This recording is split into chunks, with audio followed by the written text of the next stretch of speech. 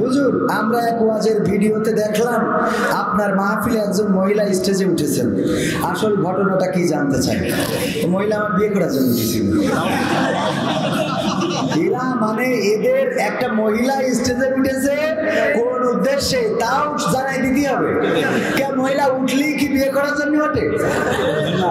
সিরাজগঞ্জে মাহফিলে গেলাম উল্লাপাড়ায়, ওখানে উঠার পরে বলতেছে হুজুর অতিথি দাঁড়িয়ে আছেন একজন ভাইস চেয়ারম্যান পদে নির্বাচন করবেন, আমাদের একজন বোন, উনি মাহফিলে 3000 টাকা দিয়েছেন, উনি একটু দোয়া নেবেন। তো এই জন্য উনি দোয়া নেওয়ার জন্য স্টেজে উঠেছিল, কারণ আমার দোয়ায় অনেক সময় ভালো ভালো কাজও হয়েছে।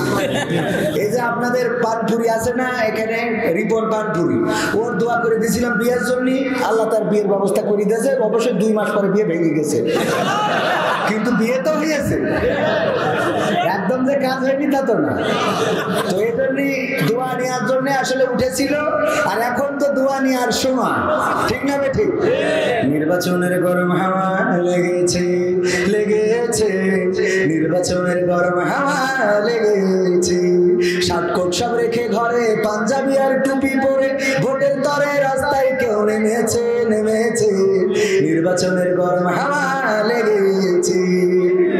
কাউকে এখন ধরবে হাতে, কাউকে ধরবে পাই, বুড়ো চাচার বলবে ডেকে তুমি আমার ভাই, পকেট থেকে বের করিয়া দিবে টাকার নোট, বলবে আমি জনদরদি দিও আমায় ভুল। ঠিক না বেঠে? এই কথাগুলো তারা বলবে যাদের জনগণের সাথে সম্পর্ক নেই। এই কথাগুলো আবার মনে করেন না যে আমার লালটু ভাই বলবেন, কারণ আমি দেখেছি উনার সাথে জনগণের সাথে সম্পৃক্ততা আছে। উনার পিছনে আমার ভাইজান সাক্ষী আছে, উনি বলেছেন এবার উনি পাশ করবেন, কারণ জনগণ ওনার পক্ষে। উনি কিন্তু আমাকে বলেছেন, আলহামদুলিল্লাহ। তো এই জন্য আমার মনে করি না আমি। আসসালামু আলাইকুম ওয়া রাহমাতুল্লাহি ওয়া বারাকাতুহু। কেমন আছেন সবাই? আলহামদুলিল্লাহ। আমি ভালো থাকি আর না থাকি আলহামদুলিল্লাহ বলা ছাড়া তো উপায় নেই, কারণ এক চোরে ধরে বেঁধে পিটাচ্ছে, যেই যায় সেই মারে, যেই যায় সেই মারে। সন্ধ্যেবেলা ওরা জিজ্ঞেস করছে যে তুই এত মার খাইনি কেমনে? তো ভাই বাইন্দে মারলি করবো কি, বিষয়টা বোঝেননি? তো এখন আমি এসে পড়েছি যেহেতু, সেই 10টায় দেওয়ার কথা 10টাতে কুপান চলতেছে তো চলতেছে, আমার বাইন্দে রেখে যদি কুপাইতে তো আর কিছু করার নেই। ওয়াজা করার হয়ে গেছে, এখন খালি ফিনিশিং মেরে বাসন দিয়ে পারছিল, ঠিক না ভাই? ঠিক। তো যেহেতু এসে পড়েছেন, আমিও এসে পড়েছি, কিছু কথা আপনাদের বলি। আমাকে বলেই দিয়েছে যে হুজুর যেই কটাই উঠাই 12টায় শেষ করবেন, কারণ আমরা 12টার বেশি রাত পার করি না। তো আমরা রাত 12 না, এটা বলেছে আমাকে কমিটি বলেছে, আমি মিথ্যা বলছি, কমিটি এটা বলেছে না। তারপরেও একটা বিষয় মাথায় রাখতে হবে, একজন সুপারিনটেন্ডেন্ট এসেছে, উনি এসেছেন 12 কিলোমিটার দূর থেকে, আলোচনা শুনবেন, আবার 12 কিলোমিটার পথ তিনি যাবেন, রাত্রে ঘুমাতে হবে, ফজরে উঠতে হবে, সকালবেলা আবার মাদ্রাসা আছে। এভাবে তো অনেকেই অনেক দূর দূরান্ত থেকে এসেছেন, তাই না? তো একটু বুঝতে হবে, ঈশার পরে আপনারা বক্তা রাখবেন একটা, 2টা বক্তা থাকবে, একটা দ্বিতীয় বক্তা, একটা প্রধান বক্তা। ঈশার পরে যদি 3-4টে উঠান তো প্রধান বক্তা দাওয়াত দেওয়ার তো দরকার নেই। এরপরে অতিথির, এখন যেহেতু অতিথিদের কথা বলার সময় নির্বাচন এসে গেছে, ওনারা 5 বছর আসবে না, এখন একটু আমি বলার সুযোগ দেব, অসুবিধা নেই, কারণ ওনাদেরও তো একটু সিজন ওয়ারি কথা বলা লাগে, ঠিক না? তো এই জন্যে সেগুলো মাথায় রেখে আপনারা এই করবেন। কিন্তু এমন একটা সময়, সকালবেলা আমার ভাইজান মেম্বার সাহেব কিন্তু বলেছেন যে ফজরের নামাজ যদি না পড়েন এই ওয়াজ শুনে কোনো লাভ আছে? মেম্বার সাহেব বলেন আছে। তো রাত 2টার সময় যদি ছেড়ে দিই, রাত বাড়িতে যদি 3টা-4টা ওই ঘুমাই, ফজরের আজান দিলে ওটা তো দূরের কথা, শয়তান তো ডেকে নিয়ে আসবে কম্বলের মধ্যে, ঠিক না বেঠিক? তো এই জন্যে কবে যে আজকে আজান জেনে যায়, যা কাল যা ওয়াজ শুনেছি অসুবিধা হবে। তো থাকবেন আপনারা কিছু সময়, 1 ঘন্টা থাকা যাবে না ইনশাআল্লাহ, 12টা প্লাস করে ফেলবো, 12টা প্লাস। তবে 1টার মধ্যে আমরা, 1টা না 12:30টার মধ্যে আমরা ক্লোজ করার চেষ্টা করব ইনশাআল্লাহ। থাকবেন? দাঁড়ানো ভাইয়েরা বসার হয়তো জায়গা নাই, এই জন্য হয়তো বসছেন না। আর অনেকেই আছে মানে বাস্তবেই বসবেন না, কারণ বেশি ভালো না হইলে ওরা চলে যাবে। এই জন্য কিছু মানসিকভাবে প্রস্তুত হয়ে আছে যে ভালো না লাগলে চলে যাবো, সুতরাং ওদের হাজার বললে ওরা বসবে না, বলার দরকার নেই। যদি ভালো লাগে, কোরআনের এই মাহফিলে আমার উপস্থাপক সাহেব বলেছেন, ওয়াইদা কুরিয়াল কুরআন ফাসতামিউ লাহু ওয়া আনসিতু লাআল্লাকুম তুরহামুন। আল্লাহ বলছেন যে যখন তোমাদের সামনে কোরআন বলা হবে কোরআন থেকে পড়া হবে, তখন তোমরা তোমাদের হৃদয়ের কান দিয়ে শুনবা এবং চুপ থাকবা, যাতে করে তোমাদের উপরে আল্লাহর রহমত বর্ষণ হতে পারে। বলেন সুবহানাল্লাহ। আমরা আল্লাহর রহমত চাই না? চাই না? যারা আল্লাহর রহমত চায় আমরা একটু মনোযোগ দিয়ে শোনার চেষ্টা করবো ইনশাআল্লাহ। ফুলের মালাটা খুলে রাখতাম, কিন্তু যুবকদের আবেগ হলো যে ফুলের মালাটা রেখে দিতে হবে, তাই গলায় জড়িয়েই রাখলাম।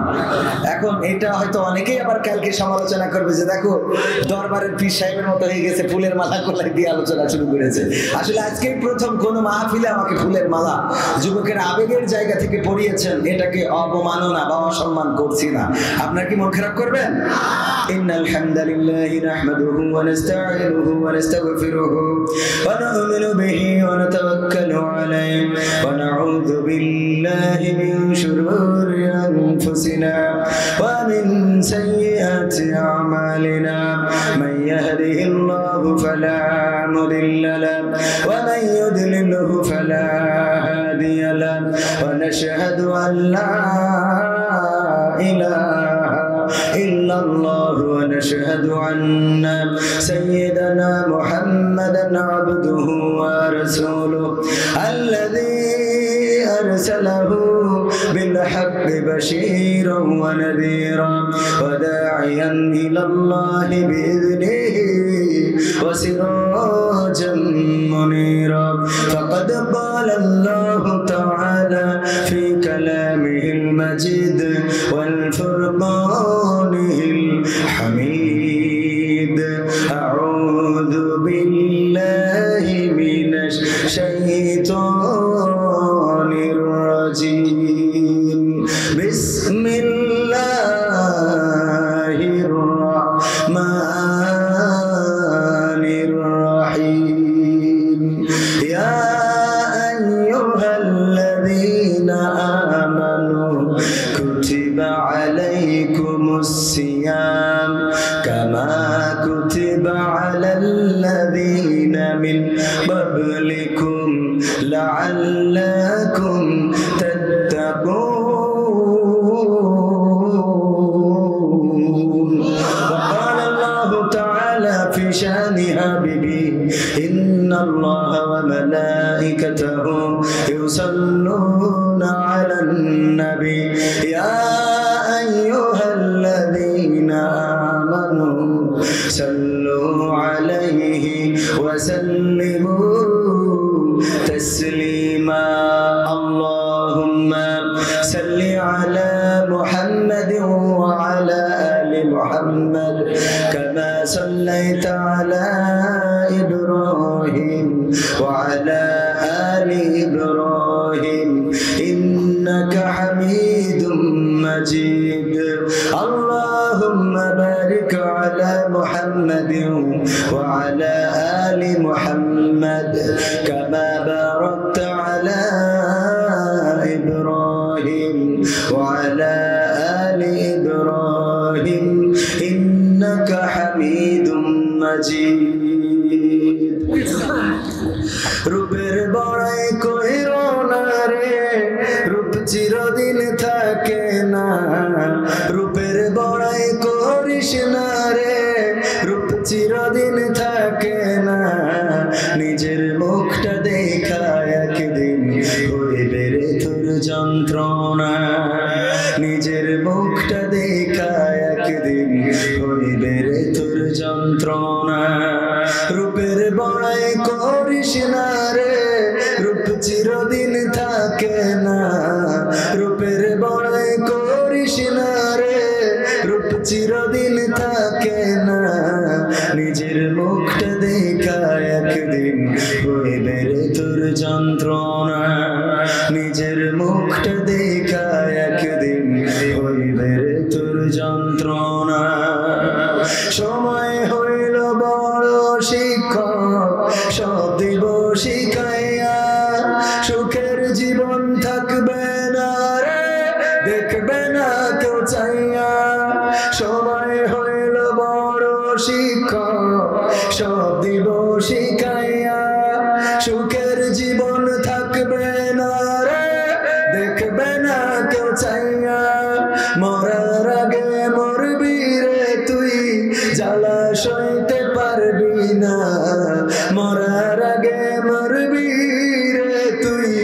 জ্বালা সইতে পারবি না, নিজের মুখটা দেখা একদিন হইবে রে তোর যন্ত্রণা, নিজের মুখটা দেখা একদিন হইবে রে তোর যন্ত্রণা। কিসের এত বড়াই তোমার মাটির দেহ লইয়া, ময়রা দেখো পোকামাকড় শেষ করবো সব খাইয়া। কিসের এত বড়াই তোমার মাটির দেহ লইয়া, ময়রা দেখো পোকামাকড় শেষ করবো সব খাইয়া। এই দুনিয়া ছাড়তে হবে অহংকারের কইরো না, এই দুনিয়া ছাড়তে হবে অহংকারের কইরো না, নিজের মুখটা দেখা একদিন হইবে রে তোর যন্ত্রণা, নিজের মুখটা দেখা একদিন হইবে রে তোর যন্ত্রণা।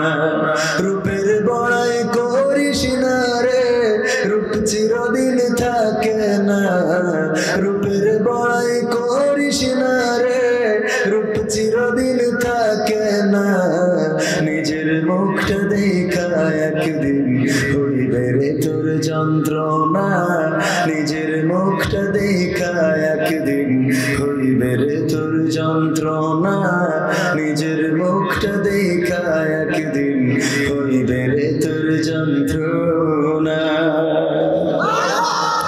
আর কিছু বলা যাবে না, সবাই মিলে বলা যাবে না। দাঁড়ানো ভাইরা বলেন, দাঁড়ানো ভাইরা মারহাবা বলেন।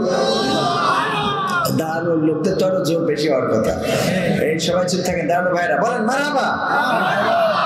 অনেকেই বলতেছে না, অনেকে ওরা চিন্তা করে কি, ওই যে ভারতে গেছিলাম ওখানে অনেক মানুষ হজ করে কিন্তু কেউ সেভাবে কোনো কথা কয় না, আমিন বলে না, সুবহানাল্লাহ আলহামদুলিল্লাহ কিছুই বলে না। তো আমি আমার আব্দুল সালাম যুক্তিবাদী ভাই ছিল মাহফিলে, আমি মাহফিলে বলতে ওই সময় ভারতে, ওরা জিজ্ঞেস করলাম ভাই এখানে তো আলোচনা করে মজা পায় না, কারণ যারা যা বলি কেউ তো সামনে উত্তর দেয় না, কোনো কথা টথা কয় না। কয় ভারতের শ্রোতাদের চিন্তা ভাবনা হলো যে বাংলাদেশ থেকে টাকা খরচ করে হুজুর এনেছি, আমরা কথা বলবো কেন? তো এরকম অনেকেই চিন্তা করে যে টাকা খরচ করে যেহেতু হুজুর এনেছি সভাপতি সাহেব, আমরা কথা বলবো কেন? এরকম চিন্তা করে আছেন নাকি কেউ? মাঝে মাঝে কি একটু আওয়াজ দেওয়া যাবে? কথা যেটা গানে গানে বললাম একটাও কি ভুল আছে? ও আমার ভাইরা, এই পৃথিবী ছেড়ে চলে যাওয়া লাগবে।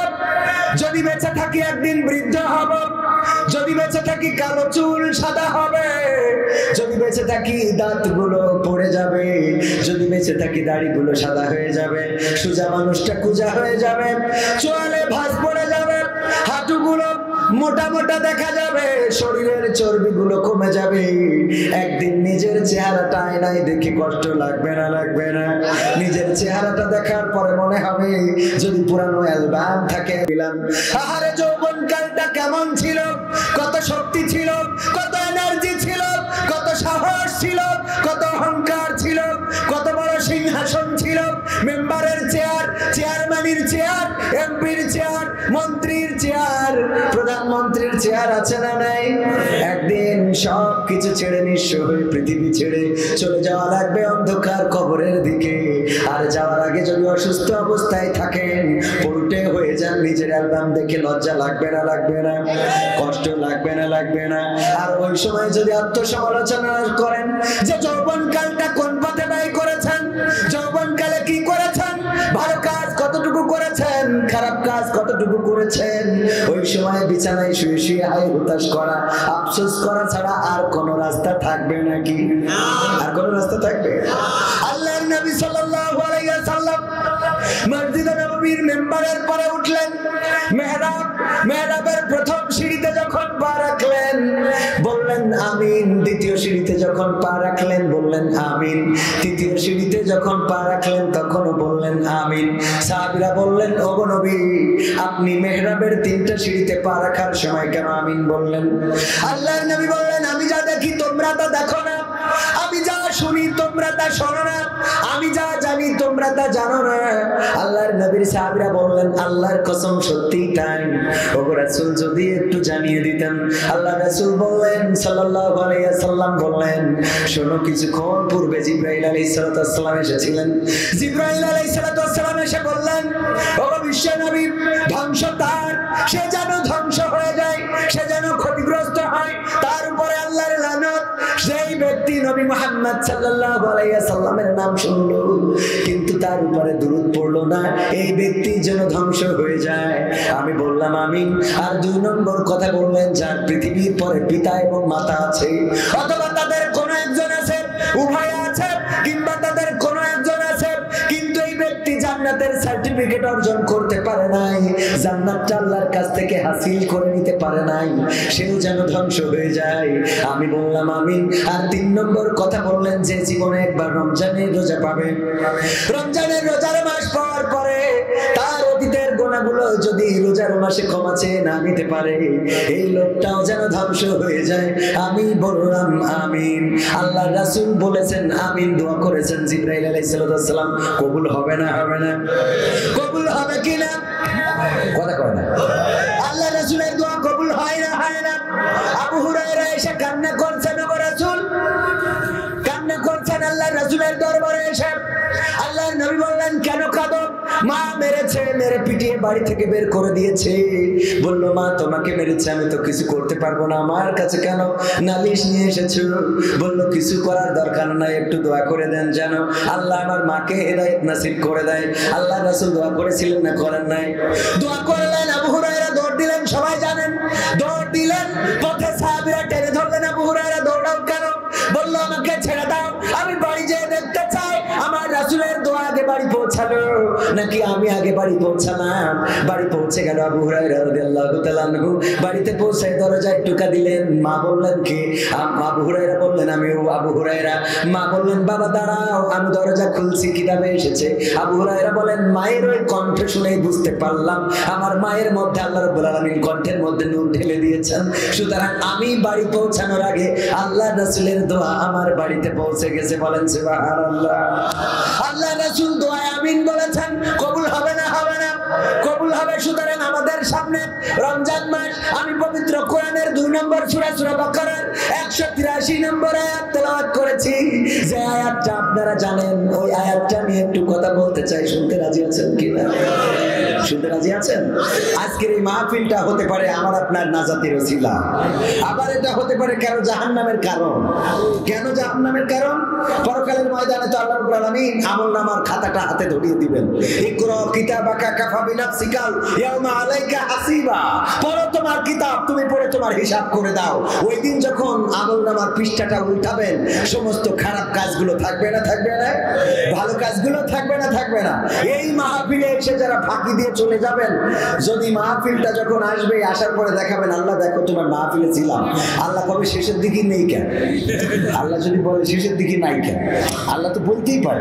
আল্লাহ ফামাইয়া আমাল মিসকালা যাররাতিন খায়রা ইয়ারা ওয়া মান ইয়ামাল মিসকালা যাররাতিন শাররা ইয়ারা। যারা পরিমাণ ভালো কাজ সেটাও দেখতে পাবেন, যারা পরিমাণ খারাপ কাজ সেটাও দেখা যাবে। কতটুকু মানুষ আফসোস করে বলবে এটা কেমন কিতাব, যে কিতাবের মধ্যে একদম কোনো কিছু বাদ পড়ে নাই, কবে কোন জায়গায় সুইতে সুতা পড়াইছি সেটাও রয়েছে। আল্লাহু আকবার।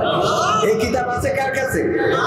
ভিডিও যদি করে, ভিডিওর মধ্যে একটা মনে করেন এক জায়গায় থুতু ফেলেছি, আমি মাহফিল করতেছি, ওই থুতু ফেলাটা ভিডিও থাকবে না নাকি? থাকবে কি না? মানুষের তৈরি করা ক্যামেরায় যদি আমি কথা বলতে যাই আজকে মালা পরাইছে, কালকে অস্বীকার করতে পারবো যে মালা পরাই নাই? এটা যদি থেকে যায়, আল্লাহর ক্যামেরা কি এর থেকে লেন্স আল্লাহর একটু কমা নাকি? না, আল্লাহর ক্যামেরা এইগুলো মেড ইন জাপানের, আর আল্লাহ জাপানি ক্যামেরা বানাইতে পারে না। আল্লাহর কাছে জাপানি ক্যামেরা লাগে? ক্যামেরা তো সবার কাছে একটা করে আল্লাহ দিয়েই দিয়েছে। আপনি মনের মধ্যে এখন তাকায় দেখেন বউরে দেখা যাচ্ছে কিনা, দেখা যাচ্ছে কিনা? মনের মধ্যে যারা বিয়ে করেন নাই 14 ফেব্রুয়ারি লাইলাতুল ভ্যালেন্টাইন্স ডে মনে আছে কিনা? দেখা যায় কিনা? দেখা যাচ্ছে না? আপনি যেটা দেখতে চান ক্যামেরায় রেকর্ড করা। আপনার বাবা মারা গেছে, চেহারাটা ভুলে গেছেন, ভুলে গেছেন? মনের মধ্যে দেখেন বাবা কোনদিন ধমক দিছিল মনের মধ্যে ক্যামেরায় আছে না নাই? তাহলে আপনার কাছেই তো যে ক্যামেরা রয়েছে, কোনো জাপান লাগলো না, আমেরিকা লাগলো না, লন্ডন লাগলো না, মার্ক জুকারবার্গের ক্যামেরা লাগলো না, কারোর ক্যামেরা লাগে না। আল্লাহ যেটা অটোমেটিক সেট করে দিয়েছে, তাতে করে আপনি 40 বছর পূর্বে কি হয়েছিল, কেউ একজন আপনাকে বড় একটা কথা বলেছিল, এখন আপনি অনেক বড় কোটিপতি, সে এসে বলতেছে দোস্ত আমারে চেনো, কয় চেনবো না কেন, তুই যে আমারে ওই দিন এই গালিটা দিছিলি বোয়ালমারির বাজারে, মনে নেই? কথা কয় না, বোয়ালিয়ার বাজারে, হ্যাঁ বোয়ালিয়ার মোড়ে তুই যে আমার এই গালিটা দিছিলি, মনে থাকে না? থাকে না? বলে কথার আঘাত, অস্ত্রের আঘাত, অস্ত্রে যদি কেটে দেয় সেই কাঁটাটা আস্তে করে নিঃশেষ হয়ে যায়, কিন্তু কেউ যদি কথার আঘাত করে সেই কথার আঘাতটা শুকায় না, এমন কথা আছে না নাই? এই জন্য কেউ কোনো ব্যথা দিলে, কষ্ট দিলে, কেউ কোনো আপনাকে আঘাত করলে সেই আঘাতটা 40 বছর পরে, 50 বছর পরেও মনে পড়ে না, পড়ে না। মেম্বার সাহেব যিনি মেম্বারে পাশ করেছেন, উনার প্রতিপক্ষ একজন ছিল না, এখন প্রতিপক্ষ যিনি ফেল করানোর জন্য সব রকম প্রচেষ্টা করেছে, উনি পাশ করার পরে কোনো এক বিপদে আসার পরে বলছে আমার এই জন্ম নিবন্ধনে সাইন করে দাও। বলছে মনে নেই আমাকে কতভাবে কষ্ট দিয়েছিলে, মনে নেই? কথার কথা, এটা কথার কথা বলছি, এটা মনে থাকে না? থাকে না? এই ক্যামেরা আল্লাহর কাছে আছে না নাই? আল্লাহ রাব্বুল আলামিন সব দেখিয়ে দিবেন। সুতরাং এখানে যারা আছেন, এই মাহফিলটা নাজাতের ওসিলা হতে পারে। কেমন করে ওসিলা হবে? আল্লাহ রাব্বুল আলামিন যখন আমলনামার খাতাটা দিবেন, আর যদি বলার সুযোগ দেয়, পৃষ্ঠা উল্টায় ক্যারামবোর্ড খেলা আছে, তাস খেলা আছে, ফ্লাশ খেলা আছে, সিরিয়াল দেখা আছে, চায়ের দোকান আছে, লাইলাতুল ফেব্রুয়ারি আছে, সব আছে, এর মধ্যে মাহফিলটাও থাকবে না? থাকবে না? মাহফিলটা যখন এসে যাবে, বলবেন আল্লাহ গো দেখো তোমার কোরআনের মাহফিলে বসেছিলাম, তুমি যদি চাও এই কোরআনের মাহফিলের সম্মানে আমাকে ক্ষমা করে দিতে পারো, আমার আল্লাহ রাব্বুল আলামিন গফুর গফফার নামের ওসিলায় আল্লাহ চাইলে আজকের এই মাহফিলটা আমাদের ক্ষমার জন্য নাজাতের ওসিলা করে দিতে পারেন। বলেন সুবহানাল্লাহ। সুতরাং আমরা শেষ পর্যন্ত থাকবো ইনশাআল্লাহ। আল্লাহ তাওফিক দান করুন। সম্মানিত ভাইরা, বোয়ালিয়া মোড় জামে মসজিদের উদ্যোগে আয়োজিত বিরাট ইসলামী ওয়াজ মাহফিলের শ্রদ্ধাভাজন সভাপতি আমার বাম পাশে বসা জনাব মোহাম্মদ জিয়াউল ইসলাম সাহেব, বোয়ালিয়া মোড় জামে মসজিদের শ্রদ্ধাভাজন সভাপতি। প্রধান অতিথি হিসাবে থাকার কথা আপনাদের এলাকার গণ্যমান্য ব্যক্তি, বর্তমান উপজেলা নির্বাচনে উনি অংশগ্রহণ করবেন, এস.এম. আলতাফ হোসেন লাড্ডু সাহেব। এছাড়া আরো অন্যান্য অতিথি এখানে হয়তো অনেকেই আছেন, এস.এম. আফজাল হোসেন হাবিল, ভুট্টোলাল গাইন, আলহাজ নজরুল ইসলাম গাজী, এসেছিলেন আমাদের মুন্না ভাই, আশিকুর রহমান, যদি ভুল না বলি আশিকুর রহমান মুন্না, আশিকুর রহমান মুন্না ভাই, উনিও সুদর্শন একজন মানুষ। উপজেলা নির্বাচনে উনি প্রতিদ্বন্দ্বী ভাইস চেয়ারম্যান পদে প্রতিদ্বন্দ্বিতা করবে। আমরা তো ভোটে দাঁড়াই না, এই জন্য পদ পদবিগুলো ঠিক মতো খেয়াল থাকে না। তো এই আল্লাহ যেন ওনাদের মনের নেক বাসনা পুরা করে দিন, বলেন আমিন। উপস্থিত আছেন আরো গণ্যমান্য ব্যক্তিবর্গ, উপস্থাপক অত্যন্ত বিচক্ষণ। আমি ওনাকে কানে কানে ডেকে একটা কথা বললাম, সেটা কি বললাম বললাম আমার আন্তর্জাতিক খ্যাতি সম্পন্ন, এটা অন্তত লাগাই না, কারণ আমারে লাগাইতে লাগাইতে পাবনায় গেছি, দেখি বইতে বইতে এক পর্যায়ে বলি ফেললো আওলাদে রাসূল। আমি বললাম তোরা আমার আর মান ইজ্জত রাখলি রে, কোয়ানে লাগালি আওলাদে রাসূল? আমার পূর্বপুরুষ হয়তো হিন্দু ছিল, ঠিক না ঠিক? এই বাংলাদেশে যারা মুসলমান অধিকাংশ হিন্দু, বৌদ্ধ, খ্রিস্টান থেকে আসছে। সুতরাং আমার পূর্বপুরুষ, আমার দাদার বাইরের না দাদার নাম আর জানি না, আমার দাদার নাম আফসার মন্ডল, উনার বাবার নাম কি আমার আর জানা নেই। তো যাই হোক, আমি বললাম এত লাগানো ঠিক না। এক জায়গায় যে দেখি পোস্টারে এত টাইটেল দিয়েছে, আমি বললাম এখানে আমার বোন নামটা দিয়ে দিতেন, লিখে দিতেন যে শাহনাজ পারভীন মনিয়ার একমাত্র স্বামী। কারণ এখন স্বামীও তো আবার একমাত্র থাকে না। টেলিভিশন আর টিভি নিউজে দেখলাম এক মনের দুই দাবিদার একটা গান আছে, যে বিধি তুমি বলে দাও আমি কার, এক মনের দুইজন দাবিদার। আর দেখলাম যে একজন সন্তান হয়েছে, সন্তানের দুই স্বামী দাবি করতেছে। আর টিভিতে দেখেছেন, খেয়াল করে, দুই স্বামী দাবি করতেছে, এ কয় আমার ছেলে, ও কয় ওর ছেলে। বোর কাছে জিজ্ঞাসা করা হইলো কার ছেলে, কয় আমি করতে পারবো না, দুইজনই তো আমার সাথে। সহ্য না করে পারা যায়? সমাজটা কোথায় গিয়ে ঠেকেছে? সমাজটা কোন নোংরামিতে যে ঠেকেছে? নিজের স্বামী, মেয়ের স্বামীও এখন দুইজন, নাউজুবিল্লাহি মিন জালিক। আমি হাসার জন্য বলি নাই, আমি শুধু বোঝাতে চেয়েছি কোন সমাজে আমরা বসবাস করছি, যে সমাজে একজন নারী তার সন্তান দুইজন স্বামী দাবি করে, নারী বলতেও পারে না আসলে কোন স্বামী প্রকৃত ওই সন্তানের বাবা। চিন্তা করতে পারেন? এই সমাজ কি আমরা চাই? এই সমাজ পরিবর্তনের দরকার আছে না নাই? এই সমাজ যদি পরিবর্তন করতে হয় তাহলে আমাকে আপনাকে অবশ্যই অবশ্যই অবশ্যই নিজেদের পরিবর্তন করার দরকার আছে না নাই? আমি নিজে পরিবর্তিত না হয়ে সমাজ পরিবর্তন যদি করতে চাই, নিজে সিগারেটটা ইন্তিজার বসে ধূমপান করবি না, ক্যান্সার হয়। কত বড় পাকাম ছেলেরে তাই খোকা, তোর মা বললো তুই না বিড়ি খাওয়া ধরেছিস, খবরদার জন্য বিড়ি খাবি না।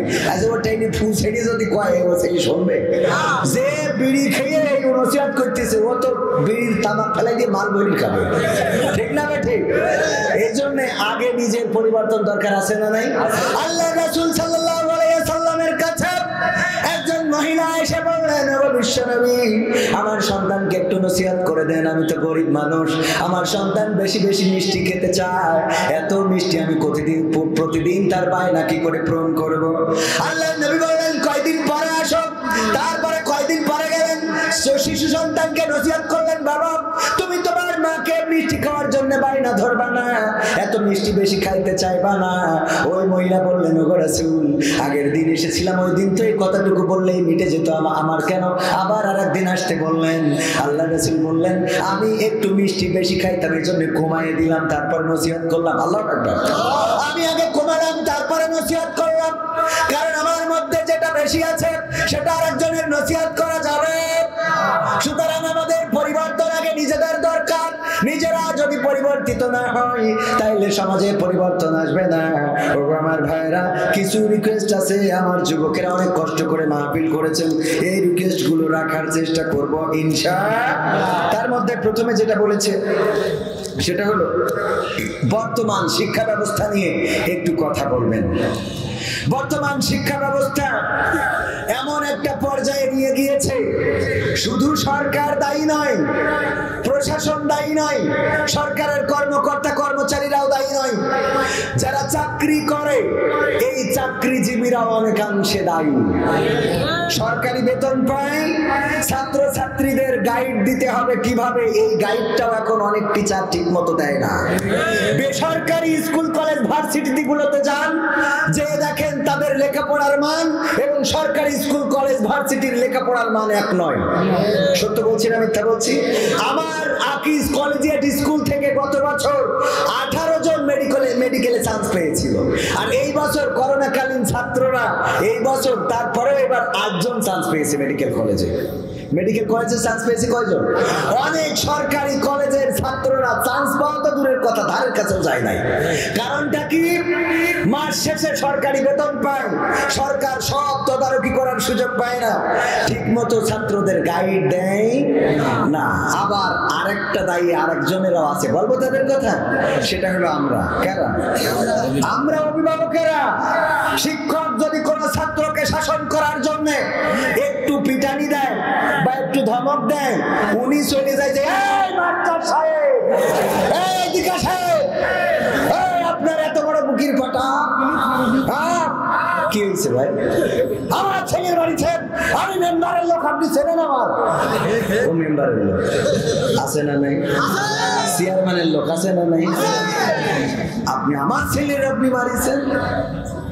এই শাসন করে আর সন্তানদের শাসন করার সুযোগ দেয় না। এর মধ্যে আবার যেটা হয়েছে, এবার মাদ্রাসা শিক্ষা বইয়ে যে প্রস্তাবগুলো করা হয়েছে, এগুলো কখনো মুসলমান মাদ্রাসা শিক্ষা বইয়ে প্রত্যাশা করে না, বলেন ঠিক কিনা? শুধু তাই নয়, মাদ্রাসার শিক্ষা বইয়ে ডুগি, তবলা, ঢোল, হারমোনি কিভাবে বাজাইতে হয়, কিভাবে ড্যান্স করতে হয়, মাজাটা কিভাবে ঘুরাইতে হয়, সব কিছু প্র্যাকটিক্যালে দেখানো হয়েছে। জানেন আপনারা? সত্য বলছি না মিথ্যা বলছি? সত্য বলছি না মিথ্যা বলছি? সুতরাং আমাদের মাদ্রাসা শিক্ষা বই পরিবর্তনের জন্য অলরেডি সরকার তাগিদ দিয়েছেন। আমরা ধন্যবাদ জানাই যে সরকার পরিবর্তনের তাগিদ করেছেন। সবকিছু তো সরকার দেখার সুযোগ পায় না। কিছু রাম বাম তারা আছে যারা বাংলাদেশের শিক্ষা ব্যবস্থাকে পরিবর্তন করে হিন্দুয়ানি কালচার শুধু নয়, ধর্মান্ধ করে দিতে চায়। ধর্মের বাইরে এমন একটা শিক্ষা ব্যবস্থা চালু করতে চায় যে শিক্ষা ব্যবস্থায় একজন মুসলমানও থাকবে না, হিন্দুও থাকবে না। ঠিক না ঠিক? আমরা কি এই শিক্ষা ব্যবস্থা চাই? হিন্দুরা হিন্দু ধর্ম শিখবে, মুসলমানরা মুসলমান ধর্ম শিখবে, এটাই আমাদের প্রত্যাশা। তারপরে আমরা ইতিমধ্যে দেখেছি পরিবর্তনের একটা তাগিদ করেছেন, আমরা সেটাকে ধন্যবাদ জানাই। এরপরে যেটা বলেছেন আমার যুবকেরা, কি হবে বেঁচে থেকে সঙ্গীত শোনাবো, শোনাবো। কি হবে বেঁচে থেকে অযথা বিদ্যা শিখে যদি না গড়তে পারি শোষণবিহীন সমাজটাকে? কি হবে বেঁচে থেকে? কি হবে ছাত্র সাজে চুমু খেয়ে সনদ খানা যদি হয় বিদ্যালয়টা ট্রান্সজেন্ডারদের আড্ডাখানা? ঠিক না বেঠিক? আগে শিক্ষায় আমি উদাহরণ দিতে যেয়ে বলি, কি কোন উপজেলা চেয়ারম্যান প্রার্থী আমার লাটু ভাই, হ্যাঁ ওনার সাথে এর আগেও দেখা হয়েছিল। মাশাআল্লাহ, উনি এই ইউনিয়নের মানুষ।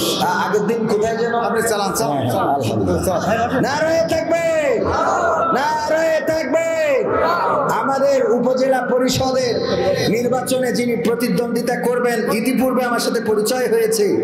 অত্যন্ত অত্যন্ত চমৎকার হৃদয়ের একজন মানুষ। আল্লাহ ওনাকে হায়াতে তাইয়্যিবা দান করুন, বলেন আমিন। আজওয়ার হোসেন হারিয়ে গেছে। ওনার বয়স কত? হ্যাঁ, 10 বছর। আজওয়ার হোসেন 10 বছর বয়স, তাকে খুঁজে পাওয়া যাচ্ছে না। যেখানে আছে আপনার ব্যস্ততা থাকলে একটু কথা বলবেন। আলহামদুলিল্লাহ, ওনার যেহেতু ব্যস্ততা নেই, আমরাও 12টার মধ্যে শেষ করবো। সবাই ভালো মতো শোনা হয়নি, বল আজকে একটু শোন। আলহামদুলিল্লাহ, বলেন আলহামদুলিল্লাহ। ওদিন আসসালামু আলাইকুম রহমতুল্লাহ বারাকাতুহু। অনেকদিন সভা সমিতি শোনা হয়নি, আজকের বাড়ির সবার একটু ভালো করে শুনবো। মাওলানা সাহেব যেন ভালো করে বলে একটু। আমিন, আল্লাহ কবুল করুন, বলেন আমিন। আমাদের তো নেতা লাগবে এরকম, ঠিক না বেঠিক? যেই নেতা কোরআনের পক্ষে থাকবে, যেই নেতা ইসলামের পক্ষে থাকবে, যেই নেতা আল্লাহ ও তার রাসূলের পক্ষে থাকবে, যেই নেতা মাহফিলের পক্ষে থাকবে, যেই নেতা মাহফিল বন্ধ করে, আমরা এরকম নেতা প্রত্যাশা করি না। আমরা সেই নেতার ভোট দিনের বেলায় তো দূরের কথা, রাত্রিও দেব না। ঠিক না বেঠে? যেই নেতা কোরআনের পক্ষে আছে তার ভোট বাড়ি পৌঁছে যাবে ইনশাআল্লাহ।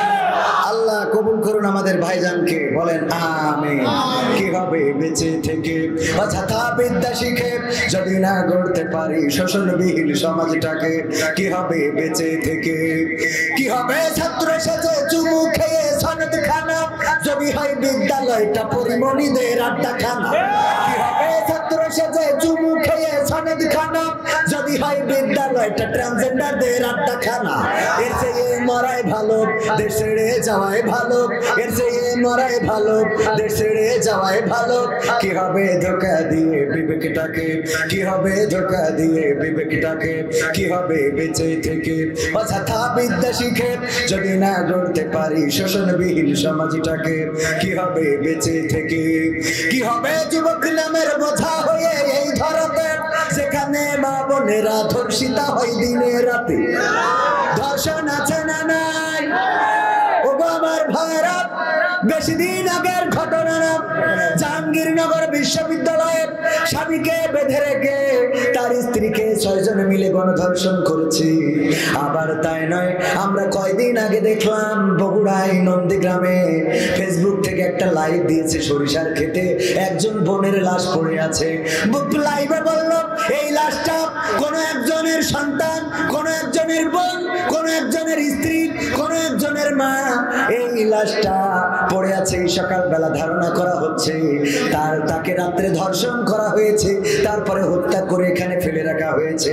আমরা যখন দেখলাম, আমরা চিন্তা করলাম ওরা আমাদের আপন কেউ না, ওরা আমাদের ভাই না, ওরা আমাদের মা না, ওরা আমাদের বউ না, বোন না, খালা না, ফুফু না।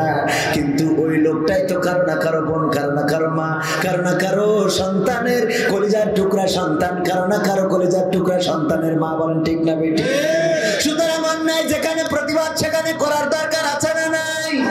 আমার বেইলি রোডে আগুন লেগে গেল, আগুনে পুড়ে ছারখার হয়ে গেল, আন্ধার হয়ে গেল কত মানুষ।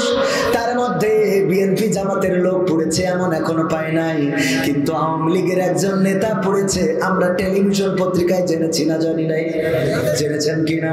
আওয়ামী লীগের একজন নেতা পুড়ে আন্ধার হয়ে গেল। বিএনপি জামাত বাদ দিলাম, আমার আওয়ামী লীগের নেতা কেন পুড়লো?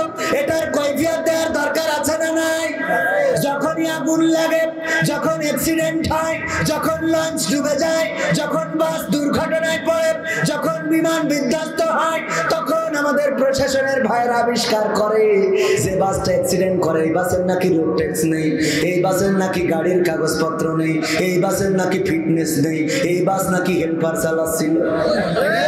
কথা কয় না?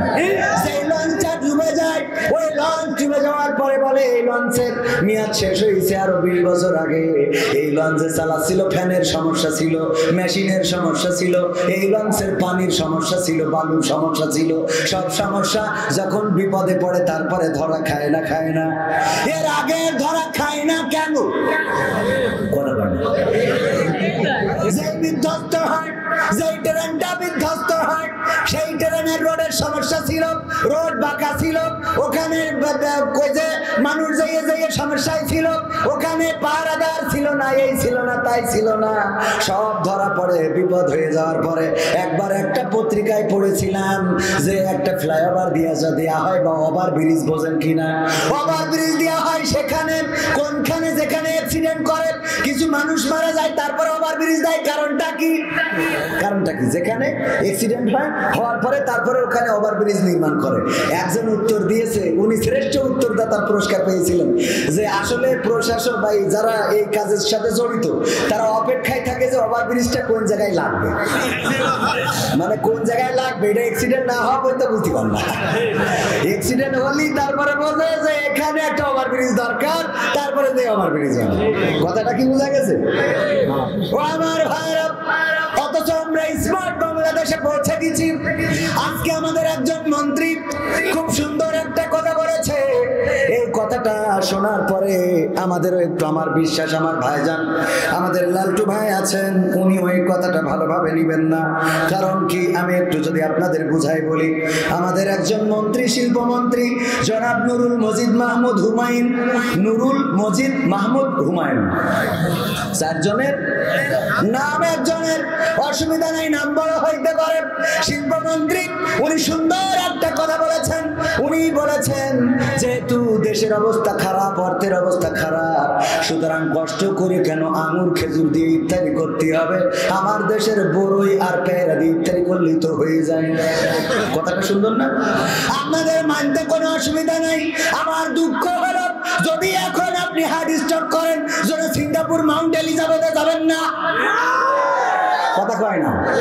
আর আপনার ছেলের ওই আমেরিকায় পড়াতে পাঠাবেন না, আপনি লন্ডনে যাবেন চিকিৎসা হতে, আর কানাডার বেগম পাড়ায় বানাবেন বাড়ি, আর সুইজারল্যান্ডের ব্যাংকে রাখবেন টাকা, আর আমেরিকায় যাবেন বাতাস খাওয়ার জন্য, আর চিকিৎসা করার জন্য যাবেন সিঙ্গাপুর মাউন্ট এলিজাবেথে, আর আমরা একটু খেজুর খালি খাবেন, ভরে দিয়ে ইফতার করেন। কথা কয় না? বড়ইতে ইফতার করতে আমাদের কোনো অসুবিধা নাই। আমার বাংলাদেশে যে হাসপাতালগুলো আছে, সরকার যে হাসপাতালগুলো করেছে, এই হাসপাতাল বাদ দিয়ে আপনারা স্পেশাল বিমান নিয়ে কেন বাইরে চিকিৎসা হতে যান? কেন সন্তানকে বিদেশে পড়াশোনা করান? কেন সুইজারল্যান্ডের ব্যাংকে টাকা পাঠান? কেন বেগম পাড়ায়, কানাডার বেগম পাড়ায় বাড়ি বানান? এইগুলো যদি বাইরে করা যায়, তাইলে আমরা খুরমা দিয়ে ইফতার করলে আপনাদের অসুবিধে কোথায়? কথা কয় না? কি হবে বেঁচে থেকে অযথা বিদ্যা শিখে যদি না গড়তে পারি শোষণবিহীন সমাজটাকে? কি হবে বেঁচে থেকে? কি হবে যুবক নামের বোঝা হয়ে এই ধরাতে, সেখানে মা বোনেরা ধর্ষিতা হয় দিনে রাতে? যৌবনের সার্থকতা ঘুচিবে সকল ব্যথা, যৌবনের সার্থকতা ঘুচিবে সকল ব্যথা। পারো যদি বলি দিতে মানুষ রূপী পশুটাকে, পারো যদি বলি দিতে মানুষ রূপী পশুটাকে? কি হবে বেঁচে থেকে অযথা বিদ্যা শিখে যদি না গড়তে পারি শোষণবিহীন সমাজটাকে? কি হবে বেঁচে থেকে? কি হবে লেখালেখি কলমবাজির ওই মহড়া, সমাজের আসল চিত্র যদি না যাই তুলে ধরা? কি হবে টিভি চ্যানেল সাংবাদিকের এই ক্যামেরা, সমাজের আসল চিত্র যদি না যাই ভিডিও করা? যদি ওই ঘুষের বলে কলমটা উল্টো চলে, যদি ওই হ্যালো কলে ক্যামেরা উল্টো বলে, তবে কি যাবে রোখা দুর্নীতিকে? যাবে? তবে কি যাবে রোখা দুর্নীতিকে? কি হবে বেঁচে থেকে অযথা বিদ্যা শিখে যদি না গড়তে পারি শোষণবিহীন সমাজটাকে? কি হবে বেঁচে থেকে?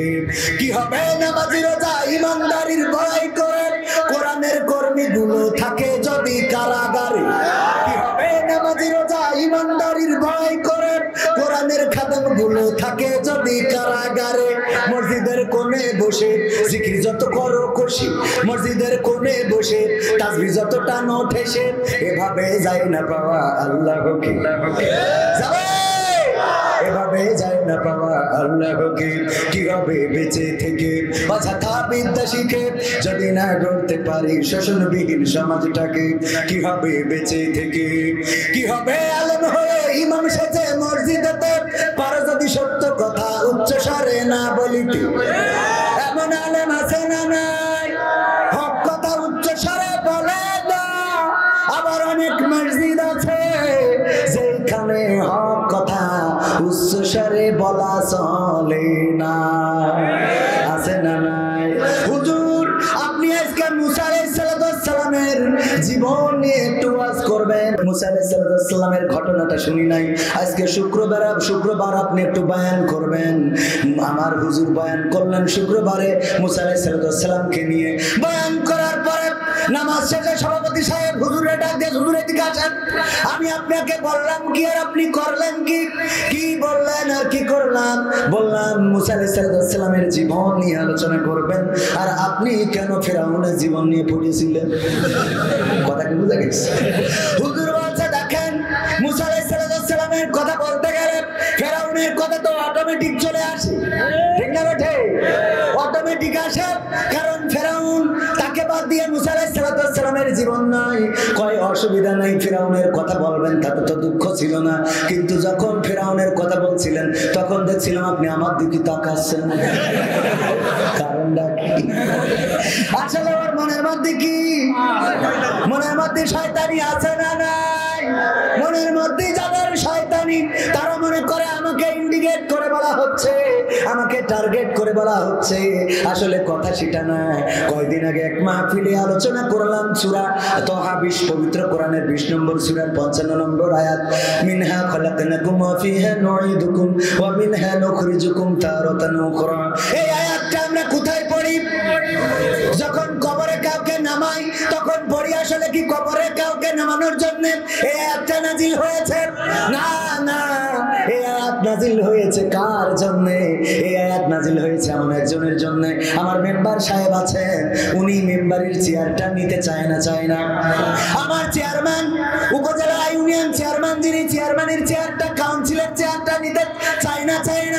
উপজেলার চেয়ারম্যান উপজেলার চেয়ারটা নিতে চায়, একজন এমপি একটি আসনের চেয়ার নিতে চায়, একজন মন্ত্রী মন্ত্রিত্বের চেয়ারটা দখল করতে চায়, প্রধানমন্ত্রী দেশের চেয়ারটা নিতে চায়, আর আমেরিকার বাইডেন সে আমেরিকা মহাদেশের চেয়ারটা নিতে চায়। এমনি ভাবে এক একজন এক এক চেয়ার দখল করতে চায়। কিন্তু ফেরাউন ছিল এমন একজন যিনি পৃথিবীর সব চেয়ার বাদ দিয়ে আল্লাহর চেয়ারটা ধরে টান দিয়েছিলেন। বলেন নাউজুবিল্লাহ, ঠিক না বেঠে? বললো আমি আল্লাহ, আমাকে রব হিসাবে মেনে নাও। নাউজুবিল্লাহ। এই ফেরাউনের ব্যাপারে আল্লাহ রাব্বুল আলামিন মুসা আলাইহিস সালামকে পাঠালেন, যাও তাকে সাবধান করো, সচেতন করো, তাকে বুঝাও। সে বাউন্ডারি ক্রস করে ভারতের মধ্যে চলে গেছে, বাউন্ডারি ক্রস করে তার শিগগিরই বর্ডারের মধ্যে আসতে কাও, তা না হলে তার কাটার মধ্যে ফেলে নির্যাভাবে ঝুলাই রেখেছিল। কয়েকদিন আগে বেনাপোল বর্ডারে আমাদের একজন বিডিআরকে, আমাদের একজন বিজিবি সদস্যকে গুলি করে মারা হয়েছে না হয় নাই? বর্ডার ক্রস করা যাবে নাকি? না, যাবে না। সুতরাং সে বর্ডার ক্রস করেছে, তার সাবধান করো। মুসা আলাইহিস সালাম বললেন, ওগো আল্লাহ, কি করে সাবধান করব? বলল, তুমি তোমার মুজিজা দেখাবা। কি মুজিজা দেখাবো আল্লাহ? তোমার হাত বগলের নিচে দিবা, আগুন জ্বলবে, আর তারপরে যদি না মানে তাইলে হাতের লাঠি ছেড়ে দিবা, সাপ হয়ে যাবে। এরপরেও যদি না মানে তাইলে তার সুন্দর করে মেন্টালি বোঝানোর চেষ্টা করবা। সেটা কি বলবো? আল্লাহ বললেন, বলবা মিনহা খলাকনাকুম ওয়া ফিহা নুঈদুকুম ওয়া মিনহা নুখরিজুকুম তারাতান উখরা। ওরে আল্লাহ, ওরে মুসা, তুমি ফেরাউনকে বুঝাবা, ওগো ফেরাউন, এই মাটি থেকে তোমাকে সৃষ্টি করা হয়েছে। আচ্ছা, অসুবিধা নেই, বাড়ি কলার বাসাত খিরাই, অসুবিধা নেই। এই মুসলমান যে, ও তো আমার ডাইরেক্ট জাত ভাই, ও তো খাবে। আর খ্রিস্টান যে, সে তো ঈসা আলাইহিস সালামের মানে, আমরা মানে, ও খাবে। কিন্তু এই শালা হিন্দু খাবে কেন? তোমরা দুজন বলছে তাই তো, কথা তো ঠিক। তা বলছে তাহলে কি একটু কষান দেবো? তা বলছে দাও। আর ভেঙে নিয়ে আসছে মতো পিঠাই আলুর পরে টান টানকে ঠিক দিয়েছে। দিয়ে আব্দুর রহমানের বলছে, আব্দুর রহমান ভাই তুমি তো আমার ভাই, শুধু ভাই না ভাইরা ভাই ডাইরে, তুমি খাবা, মন যত চাই খাবা, দরকার আমি বাড়ি ভোজন নিয়ে যাবা, কিন্তু এ খ্রিস্টান এ খাবে না। তা বলছে তা ভাইরা ভাই কথা তো সত্যি। তা বলছে তাহলে এর একটু কুপান দিই। তা বলছে দাও, অসুবিধা নেই। ওরও টান টেনে করিয়ে তে আলুর পরে ফেলাই দিয়েছে। তোর পরে বলছে আব্দুর রহমান সাহেব, সাতক্ষীরায় বাড়ি না, কামু করার জায়গা খুঁজে পাও না। এইবার তুমি একা আমিও একা, এইবার তোর তো ডাইরেক্ট হাতের কবজির থেকে কোথাকার মুসলমানের তুই না বলে আমার খেতে তাক খালি মানে ওয়ে ওরও টানটানি করে তিনটে যখন এক জায়গায় দলাকে থিয়েছে তখন তিনজনে বলা কওয়া পাচ্ছে, প্রথমেই যদি আমরা ধর্মের ভাগাভাগি না করে এক কলারও আবাসী এই শপথে যদি এক থাকতাম তাহলে মেম্বারের তো ডাইরেক্ট হাসপাতালে না ডাইরেক্ট পাতালে পাঠাই দিতাম। ঠিক না বেঠে? সুতরাং মুসলমান ঐক্যবদ্ধ না থাকার কারণে বাতিলেরা জেগে বসেছে। আজকে প্রতিবাদ করার সুযোগ তো নাই, প্রতিরোধ করা তো আরো পরের কথা। মাথার উপরে হুতুম বেচারা ডাকা শুরু করে দিয়েছে, বলেন ঠিক না?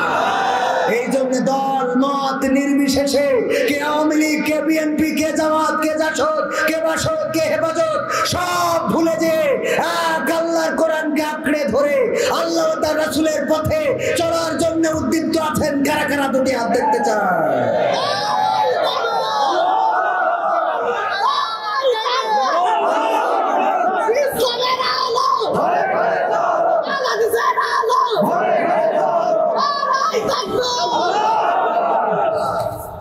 বোয়ালিয়া গ্রামের পরীক্ষার্থী আমাদের পরীক্ষার্থীদের নিয়ে একটা গজল গাইবেন, সেই সাথে দোয়া করবেন আমাদের জন্য।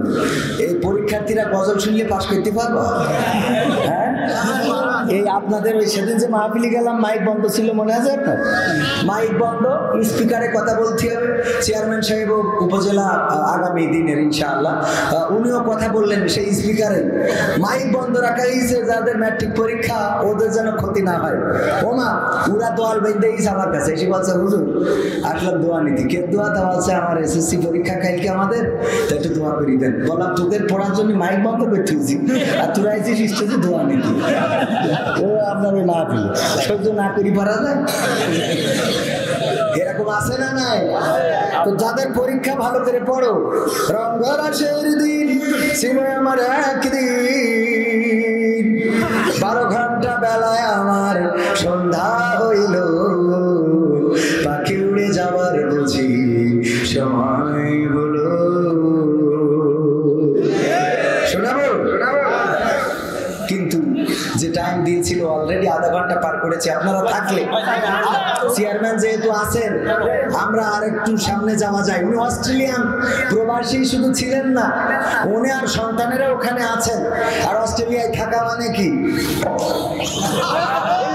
আছে না নাই? আল্লাহ যে কোনো মূল্যে।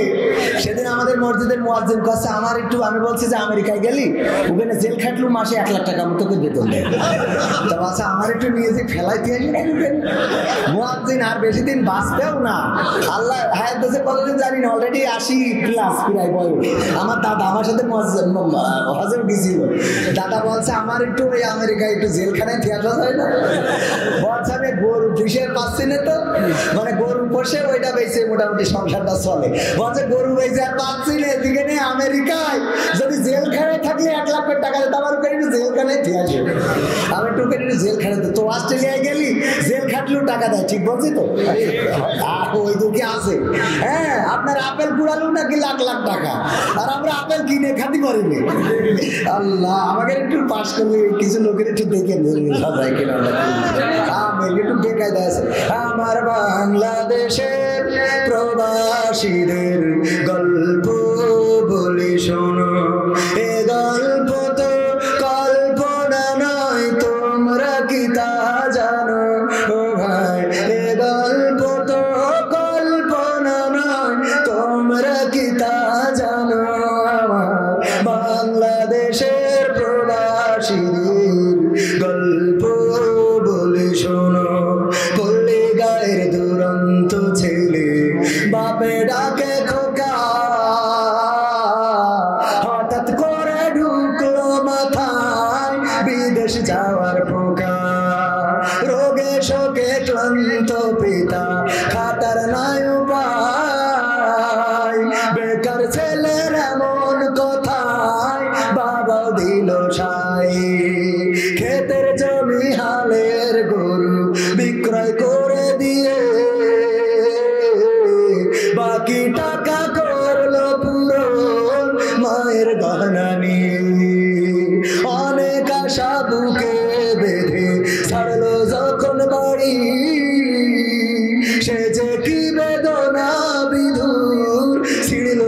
যেন নারী মায়ে কান্দে ভাইয়ে কান্দে কান্দে আপন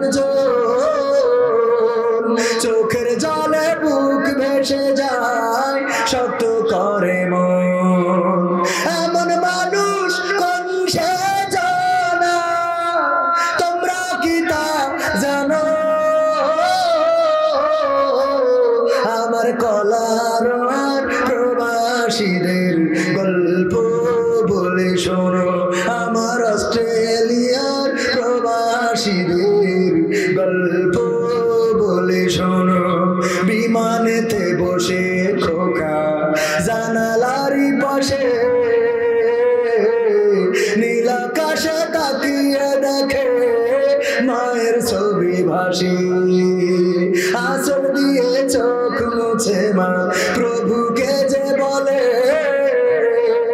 আল্লাহ তুমি ভালো রেখো আমার কোলের ছেলে খোকা যে ছিল মা জননী কলিজারি বটা ভাবতে সব চোখ ভিজে জল পড়লো ফোটা ফোটা এমন মানুষ কোন সে জানা তোমরা কি তা জানো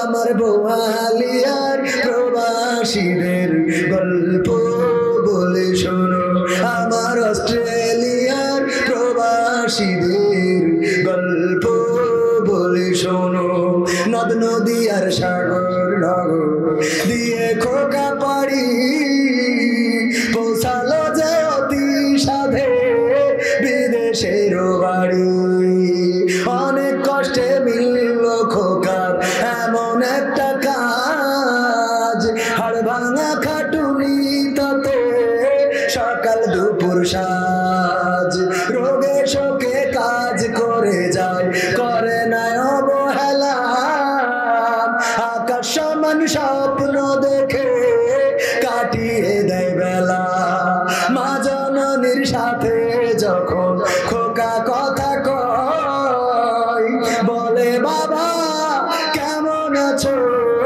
জানতে ইচ্ছা হয় মা গো আমি ভালো আছি মা গো আমি ভালো আছি দুঃখ নেই তো কোনো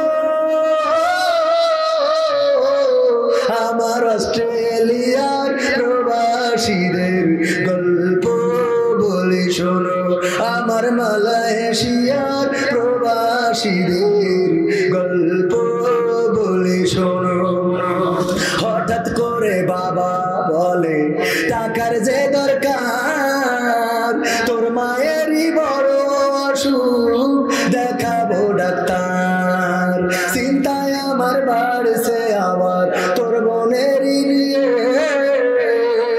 দিনে দিনে হচ্ছে বড় দিতে হবে বিয়ে তোর ভাইয়েরই লেখা পড়ার খরচ বেড়ে গেছে দরকার এখন অনেক টাকা তোর কাছে কি আছে পাইনি বেতন এখনো খোকা পকেটটা যে ফাঁকা তবুও বলে ভেবো না বাবা দেব আমি টাকা এমন মানুষ কোন সে জানা তোমরা কি তা জানো আমার অস্ট্রেলিয়ার প্রবাসীদের গল্প বলে শোনো আমার কলার প্রবাসীদের গল্প বলে শোনো দিন মাস গুনে খোকা এখন পৌঁছালো বছরে করতে হয় কাজ এখন যে তার 10 তলার উপরে হঠাৎ করে কি হতে কি যেন হয়ে গেল 10 তলারই উপর থেকে খোকা পড়ে গেল আকাশ সমান স্বপ্নগুলো আকাশে গেল উড়ে দেহ থেকে প্রাণ পাখিটা গেল যে ভাই ছিঁড়ে বন্ধুরা যে এসে দেখে রক্তে তো তর নিথর দেহ পড়ে আছে জমিনের উপর। এমন মানুষ কোন সে জনাব, তোমরা কি তা জানো? আমার বোয়ালিয়ার প্রবাসীদের গল্প বলে শোনো, আমার মালয়েশিয়ার প্রবাসীদের গল্প বলে শোনো। পাঠাতে হবে লাশটা দেশে, আপন তো কেউ নাই, বন্ধুরা সব মিলে মিশে করলো এই কাজটাই। শুনে খবর মা জননীর সে কি আহাজারি, তার কান্দনে আকাশ বাতাস হচ্ছে যে ভাই ভারী। অবশেষে খোকার কফিন পৌঁছালো যে বাড়ি, ভাই বোনার গায়ের সজনে সে কি আহাজারি। মা জননী কেঁদে বলে, ওরে আমার ছেলে বিদেশ থেকে কোন দেশে তুই গেলি আবার চলি। মাগো আমি সুখ নিতে, মাগো আমি সুখ কিনিতে জীবন দিছি জানো। আমার বোয়ালিয়ার ওই প্রবাসীদের গল্প বলে শোনো, আমার অস্ট্রেলিয়ার প্রবাসীদের গল্প বলে শোনো। এ গল্প তো কল্পনা নয়, তোমরা কি তা জানো ভাই? এ গল্প তো কল্পনা নয়, তোমরা কি তা জানো? আমার সাতক্ষীরার প্রবাসীদের গল্প বলি শোনো।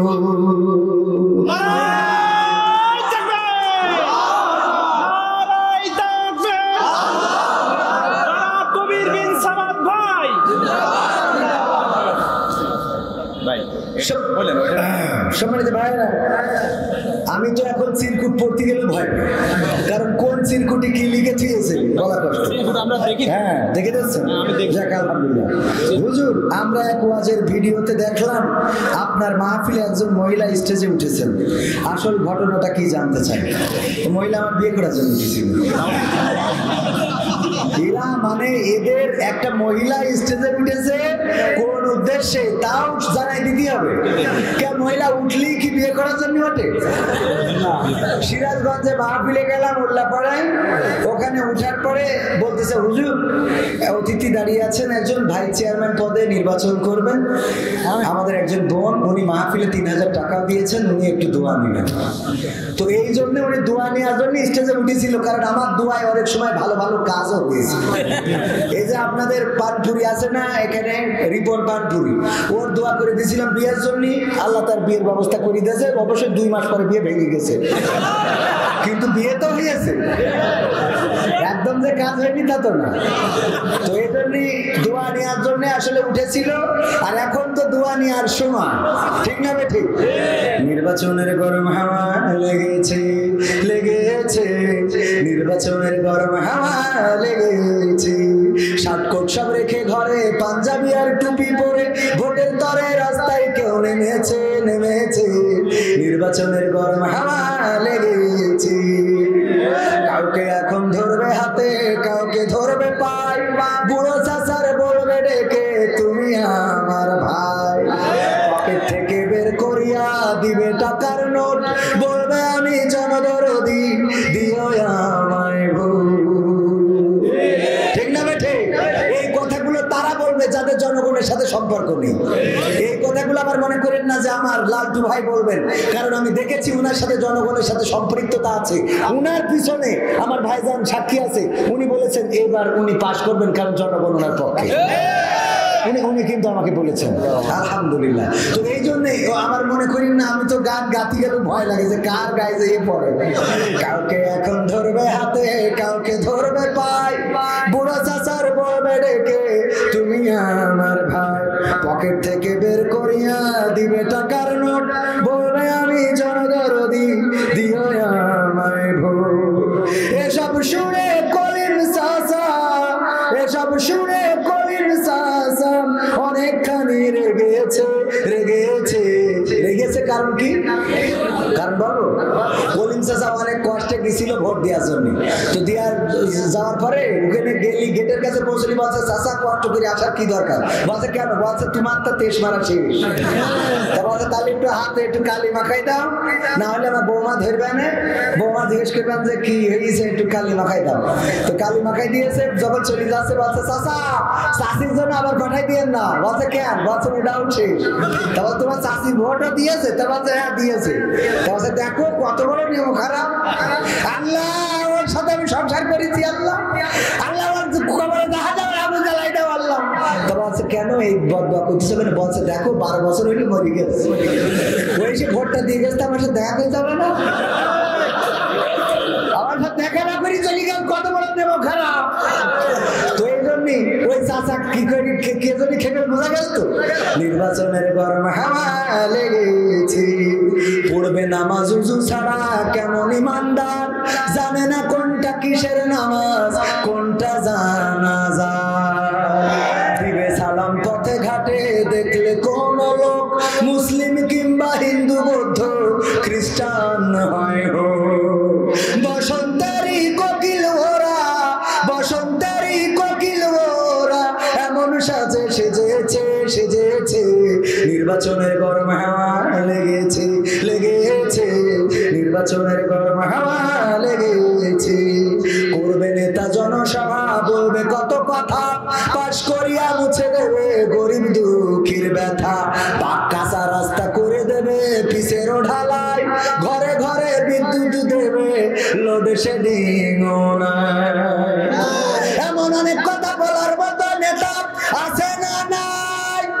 তারপরে পাশ করার পরে আর খুঁজে পাওয়া যায় এমন নেতা আমরা চাই না।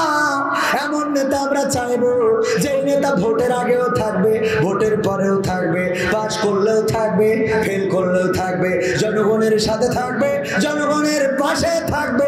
সে যে দলের হোক না কেন, প্রকৃত অর্থের এমন নেতাদের আমরা চাই না, চাই না।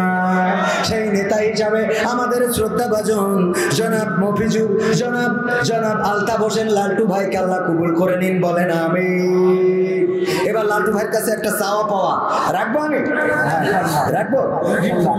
আমি চাই বাংলাদেশে কাঁদবে না আর কেউ তো দুঃখে, আমি চাই প্রতিটা মানুষ মিলে মিশে থাকবে সুখে। আমার বিশ্বাস এই চাওয়াটা আমার ভাইজানেরও চাওয়া, ঠিক না? ঠিক বলবো, বলবো। আমি চাই বাংলাদেশে কাঁদবে না আর কেউ তো দুঃখে, আমি চাই প্রতিটা মানুষ মিলে মিশে থাকবে সুখে। আমি চাই ভিক্ষুক হয়ে ঘুরবে না কেউ কারো দ্বারে, আমি চাই কাটবে না রাত কখনো কারো অনাহারে। আমি চাই ভিক্ষুক হয়ে ঘুরবে না কেউ কারো দ্বারে, আমি চাই কাটবে না রাত কখনো কারো অনাহারে। আমি চাই মাজলুমেরা ফেলবে না আর চোখের পানি, আমি চাই কোটের দ্বারে কাঁদবে না বিচারের বাণী। আমি চাই মাজলুমেরা ফেলবে না আর চোখের পানি, আমি চাই কোটের দ্বারে কাঁদবে না বিচারের বাণী। আমি চাই বাংলাদেশে কাঁদবে না আর কেউ তো দুঃখে, আমি চাই প্রতিটা মানুষ মিলে মিশে থাকবে সুখী। আমি চাই ধর্ষিতা বোন কাঁদবে না আর অন্ধকারে, আমি চাই ধর্ষকেরা ভালো হবে তওবা করে। আমি চাই ধর্ষিতা বোন কাঁদবে না আর অন্ধকারে, আমি চাই ধর্ষকেরা ভালো হবে তওবা করে। আমি চাই অধিকার নিয়ে খেলবে না কেউ চিনিমিনি, আমি চাই বুঝবে সবাই থাকবে না কেউ চিরদিনই। আমি চাই অধিকার নিয়ে খেলবে না কেউ চিনিমিনি, আমি চাই বুঝবে সবাই থাকবে না কেউ চিরদিনই। আমি চাই বাংলাদেশে কাঁদবে না আর কেউ তো দুঃখে, আমি চাই প্রতিটা মানুষ মিলে মিশে থাকবে সুখী। আমি চাই সাংবাদিকেও সত্য কথা লিখুক সবে, আমি চাই চ্যানেলগুলো সত্য প্রচার করুক ভাবে। আমি চাই সাংবাদিকে সত্য কথা লিখুক সবে, আমি চাই চ্যানেলগুলো সত্য প্রচার করুক ভাবে। আমি চাই দাদার দেশের চ্যানেলগুলো বন্ধ হবে। মা বোনেরা একটু রাগ করবে, ঠিক না? ঠিক। তবে আমরা আমরা এইসব দেখি আর মাহফিলে যাই টাকা দান করি, তা ঠিক আছে না? মাহফিলে কম না বেশি? মাহফিলেও বেশি, বাজারেও বেশি, হাটে বেশি, এখন ইদানিং মাঠেও যাচ্ছে আর মোটরসাইকেল চালানো তো শুরু দেখেছে, ঠিক না ঠিক? আমি বলি আমাদের অধিকার দিন দিন ক্ষুণ্ণ হয়ে যাচ্ছে, শেষ হয়ে যাচ্ছে। সেটা কেমন? আগে আমরা যে শার্ট প্যান্ট পরতাম, শার্ট প্যান্টের আগের থেকে যদি বলি, মা বোনেরা, আমার চেয়ারম্যান সাহেব সাক্ষী, আগে মা বোনেরা যখন রাস্তায় চলতো, কোনো পুরুষ মানুষ আসলে ঘুরটা দিয়ে এক পাশে ঘুরে দাঁড়াতো, ঠিক না ঠিক? ওই দাঁড়ানো বাদ দিয়েছে, দেওয়ার পরে কি করেছে, এখন মা বোনেরা ওই সরাসরি তো থাকে থাকে থ্রি পিস পরা ধরলো, শাড়ি টাড়ি সব বাদ, ঘুরটা দেওয়া বাদ, থ্রি পিস পরি তা উন্নাতে ঢেকে ঢুকে রাখতো। হঠাৎ করে দেখা গেল উন্না আমফান ঝড়ে এক পাশে উড়ে গেছে, ঠিক না ঠিক? গলায় প্যাঁচ দিয়ে এক পাশে থাকে, এক পাশে নাই। এরপরে হঠাৎ করে সুনামি আসলো, সুনামিতে ডাইরেক্ট উন্নাটাই চলে গেল, আর কোনো পাশেও নাই। এরপরে এখন শুনি টু পিস থেকে নাকি এখন আবার ওয়ান পিস শুরু হয়ে গেছে, কবে না জানি নো পিস হয়ে যায়।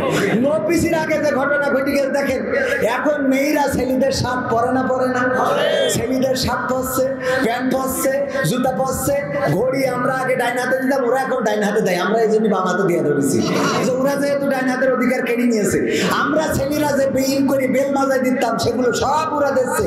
আমাদের চুলের কাটিং তা ওরা নিয়েছে, নেওয়ার পরে এই বছর এসে আবার বললো শুধু তাই না, এতদিন তো আমরা পরিচয় দিতাম আমরা পুরুষ, এখন বলছে শুধু খালি খালি তোমরা পুরুষ পরিচয় দিলে হবে না, আমরা মেয়ে হলেও মনে মনে ছেলে, আমরা মেয়ে হইলেও মনে মনে ছেলে। সুতরাং এখন থেকে খালি তোমরা একা ছেলে না, আমরা মেয়েরাও ছেলে। এই সত্যি বলছি না মিথ্যে বলছি? মানে অধিকার সবচেয়ে। আল্লাহ রাসূল বললেন, মেরাজ থেকে এসে বললেন, ওগো নারীরা তোমরা বেশি বেশি সাদাকা করো, দান করো বেশি বেশি। আল্লাহর নবীর সাহাবীরা বললেন কেন? আল্লাহর নবী বললেন, ওগো সাহাবীরা শুনে নাও, আমি মেরাজে যে দেখলাম অধিকাংশ নারীরাই জাহান্নামী। বলেন নাউজুবিল্লাহ। বলা হলো কোন কারণে নারীরা বেশি জাহান্নামী? আল্লাহ রাসূল বললেন দুইটা কারণে। কারণ কয়টা? কারণ কয়টা? দুইটা। এই বন্যা আর একটু সময়, এই যুবক মানুষ এটাকে মুরব্বীরা রয়েছে, যুবক মানুষ তোমাকে কি মতুতে চাপ দিয়েছে? হ্যাঁ, একটুখানি সময় গাডার মেরে রাখো, একটু সময় থাকতে পারবে না, পাকামো পাইছাও। আবার এসে বলবা হুজুর বিয়ের জন্য দোয়া করতেন, বিয়ে পিসাব আটকে রাখবেন না, তোর বিয়ের দোয়াকে পাকামো কোথাকা। আর একটু সময় থাকা যাবে না? হ্যাঁ, যুবকরা থাকবে, মুরব্বীরা থাকবে। মুরব্বীদের জন্য আমি, যুবকদের জন্য আমি, সব লাইনে আসি না নাই। মাঝে মাঝে আমার দেখেন না মুরব্বী হ্যাঁ ঠিক আছে তো, মাঝে মাঝে নাড়াচাড়া দিলে বলবেন। অনেকেই বলে হুজুর আপনি মেয়েদের ভালো করে বলেন তো, এই যে এইবার একটু জায়গায় গেছে, কারণ আমরা যে কষ্টে আছি এটা তো সব জায়গায় বলতে পারি না। বললি আমার মা বোনেদের ব্যাপারে আমার চেয়ারম্যান যেহেতু বলেছে, রাসূলের এই হাদিসটা শুনলেই আমার বিশ্বাস হক আদায় হয়ে যাবে। আল্লাহ রাসূল বলছেন, ওগো মহিলারা তোমরা বেশি বেশি সাদাকা করো, নারীরা বেশি বেশি দান করো, কারণ বেশি নারীদেরকে জাহান্নামে দেখেছি। বলা হলো কোন কারণে? বললো কারণ দুইটা। কয়টা? জোরে বলেন কারণ কয়টা? আরো জোরে কয়টা? দুইটা কারণে বেশি জাহান্নামী। এক নম্বর কারণ হলো অধিকাংশ নারীরাই তাদের স্বামীর প্রতি কৃতজ্ঞ থাকে, স্বামীর প্রতি কৃতজ্ঞ থাকে না, স্বামীর প্রতি ভালোবাসা নেই, স্বামীর প্রতি মায়া নেই, স্বামীর প্রতি মহব্বত নেই, স্বামীর প্রতি ভালোবাসা নেই। এমনকি স্বামী যেটা করে ওইটা ওর পছন্দ হয়। স্বামী যে ঘরটা করেছে ওই ঘরের থেকে স্বামীর বন্ধু যে বাড়িটা বানাইছে ওই বাড়িটা ওর কাছে বেশি ভালো লাগে। স্বামী যে টাইলস লাগাইছে ওই টাইলস পছন্দ হয় না, ওর বন্ধুর বাড়ির টাইলসটা খুব ভালো লাগে। স্বামী যে শাড়িটা কিনেছে ওই শাড়ি পছন্দ হয় না, ওর বন্ধু যে শাড়িটা কিনেছে বন্ধুর বউয়ের জন্য সেটা খুব পছন্দ হয়, বন্ধুর বউয়ের থ্রি পিসটা পছন্দ হয়। এরকম অবস্থার এরকম নারী আছে না নাই? এক হুজুর বলল, ভাই আমার স্ত্রী যাই কিনে আমি খালি বলেন তোমার তো কোনো পছন্দ নেই, তোমার আল্লাহ চোখ দেয় নাই দুটো মার্বেল আছে, দুটা কি দিয়েছে? মার্বেল। যাই কেন আমার একটাও দেখিনি যে অন্তত পরে মানুষের মধ্যে যাওয়া যাবে, অথচ তোমার বন্ধু কবির বিন সামাদ তার বোঝর নিজে শাড়িটা কেনে, কত সুন্দর রং, কত সুন্দর কালার, কত সুন্দর ডিজাইন, কত সুন্দর সুতা। তো এই কথা চিন্তা করে চেয়ারম্যান সাহেব করিস কি, উনি বাজারে যাই সাতক্ষীরাতে খুব দামি একটা শাড়ি কিনে এনেছে। কিনে এনে ডাইনিং টেবিলের পর রেখে স্ত্রী বলছে, স্ত্রী খাতি দাও। স্ত্রী খাইতে দিয়ে খালি শাড়িটার দিকে আটশো কি দেখাচ্ছে যে শাড়িটা কার, কিন্তু জিজ্ঞেস করতে সাহস পাচ্ছে না। এক ফাঁকে জিজ্ঞেস করেই বসলো শাড়ি কার। বলতেছে শাড়ি আমার বন্ধু কবির বিন সামাদের বোঝনে কিনেছে। বলছে দেখো কালারটা কত সুন্দর, সুতোটা কত সুন্দর, শাড়িটা কত সুন্দর, আর তুমি যা কেন তা কি পরা যাও। আমার আব্বা আমার কার সাথে যে বিয়ে দিয়েছে, আমি বলে তোমার সংসার করছি, তাহলে আমি এতদিন তোমার তুই আটা দিত। তো বলছে তোমার এই শাড়িটা কি পছন্দ হয়েছে? তা বলছে পছন্দ হয়েছে বলেই তো বলছি। তাহলে বলছে তাহলে তুমি নিয়ে নাও। কবির বিন সামাদের সাথে আমার বাড়াবাড়ি ফাটাফাটি যা হইবে না, আমি করি আমলি, গো করে জামাতি সমর্থন করলি, ফাঁসির কাঠটা ঝুলে দেবো, অসুবিধা নেই। এই বলে শাড়িটা দিয়ে দিয়েছে। দেওয়ার পরে স্ত্রী তো খুব আনন্দ, ওরে আল্লাহ এত সুন্দর শাড়ি। শোয়ার সময় বলছে আমার স্ত্রী সত্যিই কি তোমার শাড়িটা পছন্দ হয়েছে? বলল আল্লাহর কসম করে বলি তোমার সাথে বিয়ে হওয়ার পরে কোনোদিন এত সুন্দর মনের মতো শাড়ি কিনতে পারো নাই। তোমার পছন্দ তো ভালো না, যাই কিনে আনো সেটার সুতা ভালো হয় না, সেটার কালার ভালো হয় না, রং ভালো হয় না, ডিজাইন ভালো হয় না।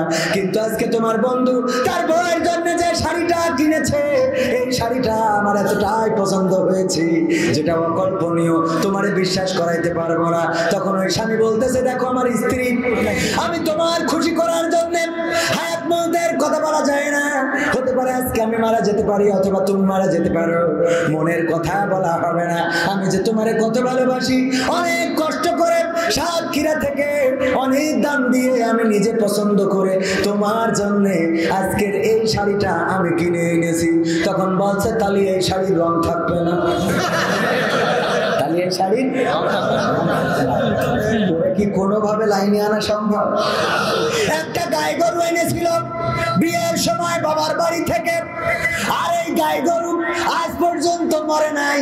চেয়ারম্যান যখন লন্ডনে গেল, যাওয়ার পরে বেগমের বলছে যে এই মাসে 8 লাখ টাকা বেতন পাইছি, বলছে আমার বাড়িতে গাই গরুটা এনে দিলাম বিলে।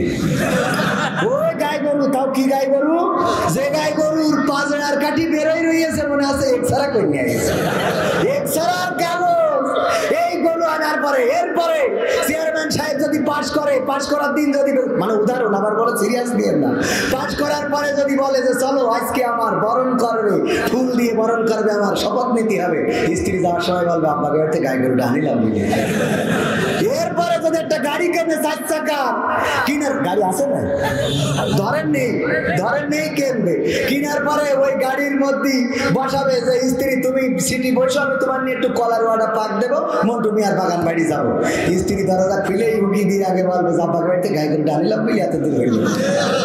শুধু তাই না, আমার বিশ্বাস জান্নাতে যাওয়ার সময়, জান্নাতে যখন সিঁড়িতে দেখা হবে ভাইয়ের সাথে, গুতো মেরি কবে যে আব্বা গাড়িতে গাই গরুটা আনিলাম বলে এত দূর। এরকম আছে না নাই?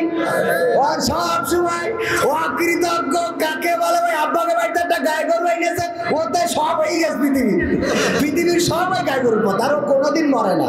ও মারা যাওয়ার আগের দিনও মরে, মারা যাওয়ার আগের দিন বলছে তোমার জন্য তো কিছু করতে পারিনি, তা আব্বাকে বাড়িতে গাই গরুটা আনিলাম বুঝলি, এত কিছু হয়ে গেছে, তুমি আমার মাফ করে দাও, খবর এগুলি দোয়া করে দিও। সহ্য না পেরে পারবেন? এই কারণটা কয় নম্বর কারণ? 1 নম্বর কি কারণ? স্বামীর প্রতি অকৃতজ্ঞ থাকে। স্বামীর প্রতি কি থাকে? অকৃতজ্ঞ থাকে। স্বামী যাই করে ভাল লাগে না। বিদেশ থেকে স্বামী ফোন দিলে গলার টোন একরকম, আর বল্টু ফোন দিলে আর একরকম। বল্টু ভাই কতদিন হলো আপনি আমার কল করেন না, আপনি আমার ভুলেই গেছেন, খালি কবে নিয়ে যাবেন ওখানে ঘুরে ঘুরে ডান্স করবো। সত্যি বলছিলাম হচ্ছে। এরপরে স্বামী ফোন দেয়, হঠাৎ ওই ফোনের মধ্যে যদি ওয়েটিং আসে, বিদেশ থেকে মালয়েশিয়ার থেকে কল দিয়েছে, বলতে ভাই একটুখানি ওয়েট করেন তো। হ্যাঁ বলো কি হয়েছে তোমার? এত কথা খেতেন, টাকা পাঠাইলে তো মিটে যায়। কলারোয়া থেকে ইসলামী ব্যাংক থেকে টাকা উঠাবো, তারপরে কসমেটিকের দোকান থেকে বাজার করে বাড়ি আসবো, তাই এত কথার কি আছে? পিন নাম্বারটা দিবা, খালি ব্যাংকে টাকা দেয়, এত কল দিবা না, ঘন ঘন কলাম। বিদেশি কাজ করা লাগে না নাকি, খালি ওর কাছে কল বুঝাইতে হয়। হ্যাঁ হ্যাঁ, ও কুর্তা কাটিং কোথা থেকে দিয়েছে? টোন দুই রকম আছে না নাই? এটা কি শুধু নারীদের না পুরুষদেরও? বোর কাছে যে ভাত রান্না হইয়া করো, এত দেরি হয় কেন? আর ভাবির কাছে ফোন দেখায়, হ্যাঁ ভাবি আজকে কি বিকেলে আসবো? আসবো, হ্যাঁ একটু শরবত বানায় রাখবেন। হ্যাঁ হ্যাঁ, আগের দিন দারুণ হয়েছিল শরবতটা। আর স্ত্রীর দিল আমার এত কাম, তুই কি করেছিলি রে রান্নার সময়?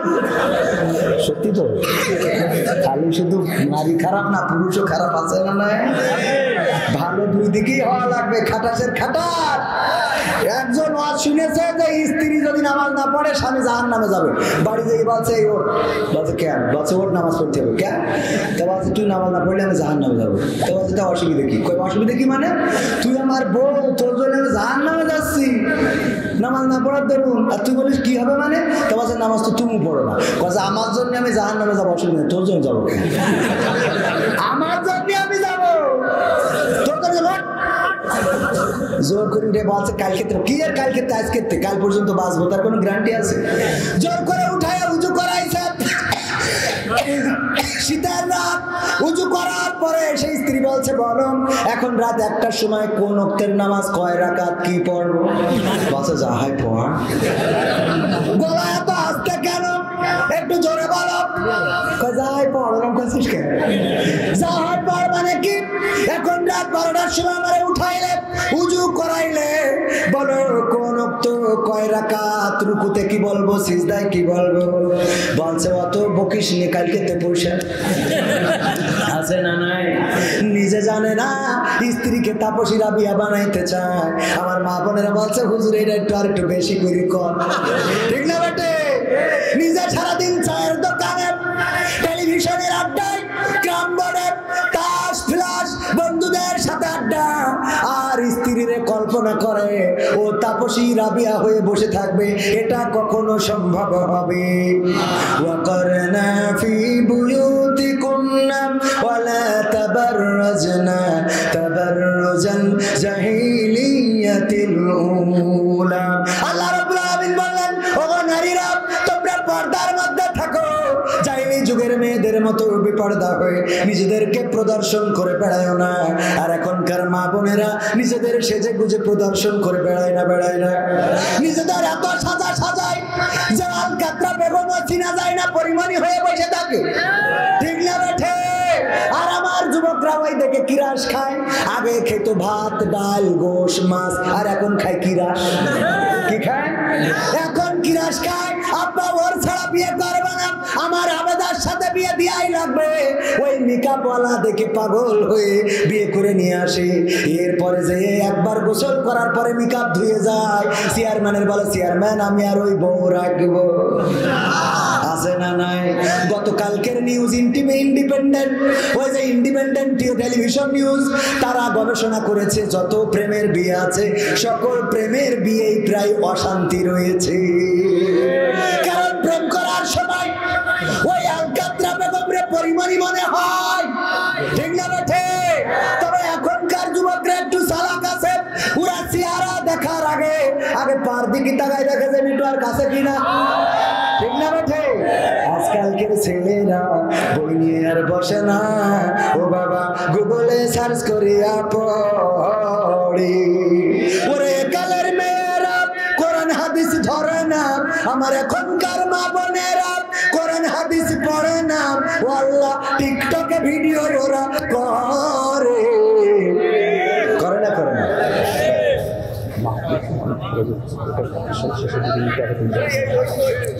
আজকালকের ছেলেরা বই নিয়ে আর বসে না, ও বাবা গুগলে সার্চ করিয়া পড়ে, ঠিক না ঠিক? তুমি যার লাগিয়া গাবো, শুনবেন? আপনার কি সত্যিকার অর্থে কোরআনের জন্য এখানে বসে আছেন? কোরআনের জন্য যদি আগামী দিন রাজপথে ডাক আসে কোরআনী আন্দোলনের জন্য, আল্লাহর জমিনে আল্লাহর দিন প্রতিষ্ঠিত করার জন্য, যেভাবে আল্লাহ ডাক দিয়ে বলেছেন তুমিনুনা বিল্লাহি ওয়া রাসূলিহি ওয়া তুজাহিদুনা ফি সাবিলিল্লাহি বিআমওয়ালিকুম ওয়া আনফুসিকুম যালিকুম খায়রুল লাকুম ইন কুনতুম তা'লামুন। আল্লাহ ডাক দিয়ে বলছেন, ও ঈমানদারেরা, তোমরা শোনো, একটা ব্যবসা করো, সেই ব্যবসাটা হলো আমি আল্লাহর সাথে আমার আল্লাহর প্রতিমান আনতে হবে, রাসূলের প্রতিমান, এবং তোমাদের মাল আর জান দিয়ে আমার দিন কায়েমের জন্য সংগ্রাম করতে হবে। কথাটা কার? সেই আল্লাহর জমিনে আল্লাহর দিন প্রতিষ্ঠিত করার জন্য যদি ডাক আসে, কোরআন বুকে আঁকড়ে ধরে রাজপথে থেকে আমরা যেভাবে 1952-তে 21শে ফেব্রুয়ারি রক্ত দিয়ে প্রমাণ করেছিলাম, রক্ত দিতে জানি কিন্তু মায়ের ভাষার অধিকার ছেড়ে দিতে জানি না।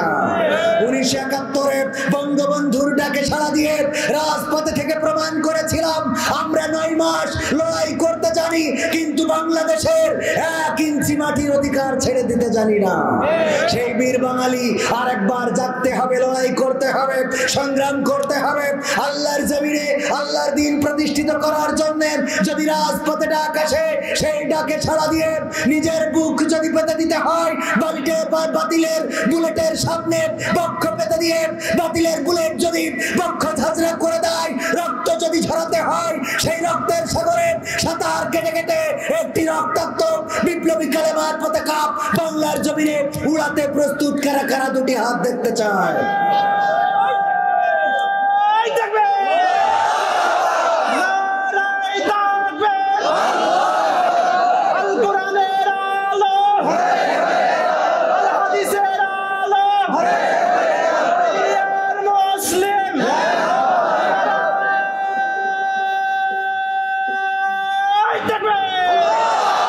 সম্মানিত ভাইরা, হাত উঠাইলেন রক্ত দেওয়ার জন্য, ঠিক না বেঠে? কেউ যদি বলে জীবন দাও অথবা 1 ব্যাগ রক্ত দাও, কোনটা দিবেন? হ্যাঁ, 1 ব্যাগ রক্ত দিবেন। আর কেউ যদি বলে রক্ত দাও না হইলে 100টা টাকা দাও, কোনটা দিবেন? 100 টাকা দিতে অসুবিধে? টাকা দেবে না সবাই? সে রক্ত দিয়ে থেকে যাবে 100 টাকা দিয়ে বিল করে দিই। ভাইরা আমার, আজকে কারোর রক্ত নেব না, দরকারও নেই। আমাদের কোনো টাকার দরকার বললো যে একটু ঝামেলা আছে, এই জন্য প্যাকেট নিয়ে যাচ্ছে, পকেটে যা আছে দেন প্যাকেটে। কেউ যেন যাবেন না, এখনো আমি মোনাজাত দেব, প্যাকেট নিয়ে যান। ভাইরা আমার, এই কয়টা পর্যন্ত? আপনার কি পাগল পাইছেন না? মাথা খারাপ করতেছেন আপনারা? 11টায় তুলে 1টা পর্যন্ত। আমি তো চেয়ারম্যানের সম্মানে কথা বলছি, তা না হলে কখন কাটায় হাঁটা দিতাম। তাও একটা শোনাবেন, জাল লাগিয়ে এমবি বড়, আরো 2000 টাকা লাগবে নিয়ে আসেন। এই পকেটে যা আছে সব দেন, আমার গোলাপ যা পকেটে আছে সব দিয়ে দেন। একজন 2 প্যাকেট বিড়ি দিয়ে, 2 প্যাকেট বিড়ি দিয়ে আবার লিখে দিয়ে, হুজুর আমার পকেটে 2 প্যাকেট বিড়ি ছিল, আকিস বিড়ি আমি দান করে দিয়েছি, আমার দাবি হলে 1 প্যাকেট কমিটি দেবেন আর 1 প্যাকেট আপনি বাড়ি যাওয়ার সময় গাড়িতে বসে বসে খাবেন। ওর বুদ্ধি ঠিক আছে না? ভাইরা আমার হাতেও দিতে পারেন, মা বোনদের প্যান্ডেলেও যান, যে যা পারেন দেন। আরো 2টা গান দাবি করেছে যুবকেরা, আলতা হুজুর 500 টাকা করলেন দান, আল্লাহ বাড়িয়ে দাও, সম্মান নেখায়া দিয়ে দাও, মনের স্বপ্ন পুরা করে দাও, আপনজনদের কবুল করে নাও। ও আমার ভাইরা, জাহান্নামে নারীরা জাহান্নামে যাওয়ার কারণ কয়টা? 2টা বলেছি, কয়টা? 1টা বলেছি, আরো 1টা আছে। না শুনে যদি চলে যান লস করবেন। মাঝে মাঝে স্ত্রীদের শোনানোর দরকার আছে, কিন্তু চাইলে টাকা লোক হয়ে যায় ফাঁকা। এই ফাঁকা যারা করে ওরা রক্তও দেবে না, টাকাও দেবে না, খালি আবেগে হাত তোলে। বলেন ঠিক না বেটি? ও আমার ভাইরা, চলে যদি যান তাইলে শোনাবো না, মোনাজাত করে দেব। আর যদি দান করেন আমার ভাইরা, আমি আরো 1টা গান অন্তত শোনাতাম। কে দান করবেন আল্লাহর রাস্তায়, কোরআনের মাহফিলে 500 1000 টাকা দান করার মতো কোন আল্লাহর বান্দা আছেন? আমার হাতে নগদ দিতে পারেন। মা বোনদের মধ্যে যান, মা বোনেরা অনেকেই দিবেন। আমার মাহফিলের শ্রদ্ধা ভাজন প্রধান অতিথি, যার জন্য আমি এতক্ষণ পর্যন্ত পর্যন্ত কথা বললাম, অথচ আমার বলা কথা ছিল যে কয়টায় উঠাবে 12টায় শেষ করো, যে কয়টায় উঠাবে। অনেকে আবার বুদ্ধি করে করে কি চেয়ারম্যান সাহেব ওই পাবনায় গেছি, ওদের বলে দিয়েছি যে কয়টায় উঠাবেন 12টায় শেষ করবো, ওরা আমার 12টার সময় তুলে দিয়েছে যে দেখি হুজুর কয়টায় শেষ করে 12টায় তুলে দিয়েছে। বুদ্ধিটা দেখেন, অনেকেই বুদ্ধি করে। আমার চেয়ারম্যান সাহেব আছেন অত্যন্ত গণ্যমান্য ব্যক্তি, ধর্মপ্রাণ। শুধু তাই নয়, মাদকের বিরুদ্ধে জিহাদ ঘোষণা করেছেন। আমি নিজে সাক্ষী, উনি মাদকের বিরুদ্ধে যুদ্ধ ঘোষণা করেছেন। মাদকের ব্যাপারে সরকার যেমন জিরো টলারেন্স, উনিও তেমন জিরো টলারেন্স। আলমগীর ভাই 500 টাকা আমার ভাইজান বাবা নাই, ওনার বাড়িতেই তো খাইলাম, তাই না? হ্যাঁ, আপনার বাড়ি খাইলাম না? আমার আলমগীর ভাই তো ভাইয়ের নাম আনোয়ারুল ইসলাম। আনোয়ারুল ইসলাম ভাইয়ের বাড়ি খাইলাম। অত্যন্ত ভালো মানুষ, বাবার যে বাবা হাফেজ মানুষ, দান করেছেন আল্লাহ ব্যবসায় বরকত দিন, বলেন আমিন। আর এটা হলো দেশে আলমগীর ভাই 500 টাকা আল্লাহ কবুল করে নাও, নেখায় দিয়ে দাও। আর আমার প্রধান অতিথি, ওনার কাছে একটা ঘোষণা আমার নীতি বলেছে, এটুকানি নিজের গ্রামের মাহফিল একজন মারা গেছে 100 টাকা দাম কিনেছে। বাচ্চা ঘোষণা দিলি অন্য জায়গায় একটু সব কথা বলার দরকার নেই, সব জায়গায় ঘোষণা দেওয়ার দরকার আছে না নাই? এখানে একটু বেশি করে দেবে, কি দেবে? বেশি করে দেবে।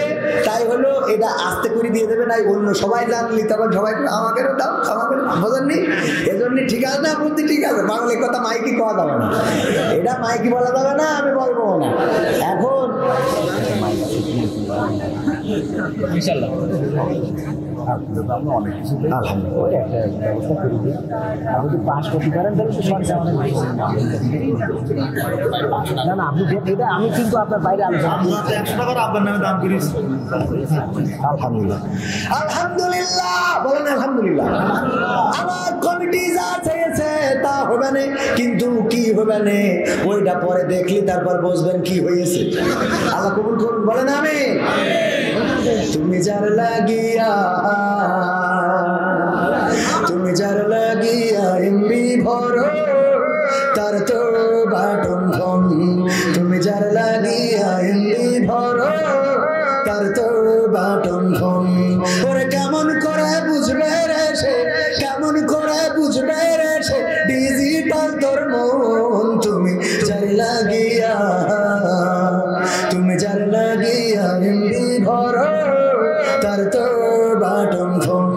তুমি যার লাগিয়া এমবি ভরো, তার তো বাটন ফোন। মেসেজ দিলে সিন করে না, দেয় না তো রিপ্লাই। ভিডিও কলে বলবা কথা, ক্যামেরা তার নাই রে, ক্যামেরা তার নাই। মেসেজ দিলে সিন করে না, দেয় না তো রিপ্লাই। ভিডিও কলে বলবা কথা, ক্যামেরা তার নাই রে, ক্যামেরা তার নাই।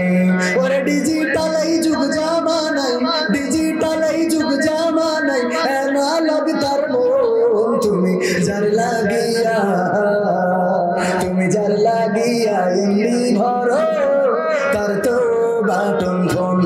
তুমি যার লাগিয়া এমনি ভরো, তার তো বাটন ফোন। প্রেম প্রীতি ভালোবাসা বিয়ের আগে নয়, মনের মধ্যে রাখো যুবক আল্লাহ তাআলার ভয় রে, বড় কালের ভয়। ঠিক না বেঠে? প্রেম প্রীতি ভালোবাসা বিয়ের আগে নয়, মনের মধ্যে রাখো যুবক আল্লাহ তাআলার ভয় রে, বড় কালের ভয়। ওরে তবেই তুমি মুক্তি পাবা, তবেই তুমি মুক্তি পাবা দোজখের আগুন। তুমি যার লাগিয়া, তুমি যার লাগিয়া এমবি ভরো, তার তো বাটন ফোন। তুমি যার লাগিয়া এমবি ভরো, তার তো বাটন ফোন। অনুরোধ রাখলাম এবার সবাই দুরূদ ইব্রাহিম পড়ে আল্লাহুম্মা সাল্লি আলা মুহাম্মাদ ওয়া আলা আলি মুহাম্মাদ কামা সাল্লাল্লাহু না না না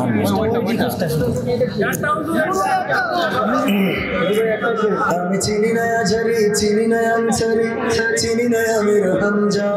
কোরআনের পথে কথা বলে যারা, তারাই আমাদের কোন কলিজা।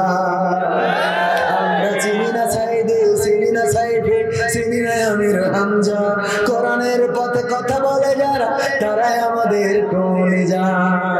বলো কেমন করে ভুলবো তাদের, যদিও বলো ভুলে যা। বলো কেমন করে ভুলব তাদের, যদিও বলো ভুলে যা। আমরা চিনি না হেলালি, চিনি না বেলালি, চিনি না আমির হামজা, কোরআনের পথে কথা বলে যারা তারাই আমাদের কলিজা। কেউ আছে দূরে দূর প্রবাসে, কেউ আছে কারাগারে, চলার পথে কত যে স্মৃতি মনে পড়ে বারে বারে। মধুর সুরে বলতো তারা আল কোরআনের কথা, মনে পড়ে হাই বুক ভেঙে যায় হৃদয়ে চাপা ব্যথা। কেউ আছে দূরে দূর প্রবাসে, কেউ আছে কারাগারে, চলার পথে কত যে স্মৃতি মনে পড়ে বারে বারে। মধুর সুরে বলতো তারা আল কোরআনের কথা, মনে পড়ে হাই বুক ভেঙে যায় হৃদয়ে চাপা ব্যথা। কবে যে আবার আসবে ফিরে বিজয়ী বীরের দেশে, লাখ কোটি প্রাণ পথ চেয়ে আছে দিনকে ভালোবেসে, কোরআন ভালোবেসে। আমরা চিনি না সাইদে, চিনি না সাইফে, চিনি না আমির হামজা, কোরআনের পথে কথা বলে যারা তারাই আমাদের কলিজা। কত যে মুমিন যায় না মাঝে অশ্রু ঝরাই রাতে, লাখো লাখো প্রাণ দুয়া করে যায় নামাজে মোনাজাতে। কেঁদে বলে হাই হবে মায়াময় শোনো ক্রন্দন ধ্বনি, দাও ফিরিয়ে যাদের মুখে কোরআনের বাণী শুনি। ঠিক না বেঠে? কত যে মুমিন যায় না মাঝে অশ্রু ঝরাই রাতে, লাখো লাখো প্রাণ দুয়া করে যায় নামাজে মোনাজাতে। কেঁদে বলে হাই হবে মায়াময় শোনো ক্রন্দন ধ্বনি, দাও ফিরিয়ে যাদের মুখে কোরআনের বাণী শুনি। তোমার কথা বলতে গিয়ে মাজলুম আজ যারা, রক্তের ভাই তার চেয়ে বড় মোদের কলিজায় ওরা, মোদের কলিজায় ওরা। আমরা চিনি না সিদ্দিকী, চিনি না ইউবি, চিনি না আমির হামজা, কোরআনের পথে কথা বলে যারা তারাই আমাদের কলিজা। যুবকেরা 5টা কাজ করে দিতে হবে, সব জায়গায় বলি। কয়টা কাজ? সব জায়গায় বলার চেষ্টা করি। সারা রাত ওয়াজ শুনলেন, এতগুলো গান শুনলেন, সাইদির আলোচনা, আজহারি ভাইয়ের কথা, হামজা ভাইয়ের কথা, আবার আলী হাসান ওসামার কথা, উনি আবুল কালাম আজাদ বাশার ভাইয়ের সাথে যে বেয়াদবি করেছেন, এটা অত্যন্ত নির্লজ্জতা।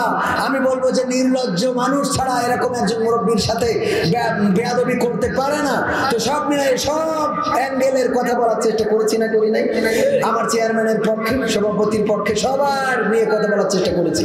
কিন্তু যুবকেরা বা মাহফিলে যারা আছেন, কয়টা কাজ আমার করে দিতে হবে, তার মধ্যে আমি বিশেষ করে দাবি জানাই 5টা। তার মধ্যে বলবো 1 নম্বর হলো 5 ওয়াক্ত নামাজ পড়তে হবে। 1 নম্বর কি? 5 ওয়াক্ত নামাজ পড়তে হবে।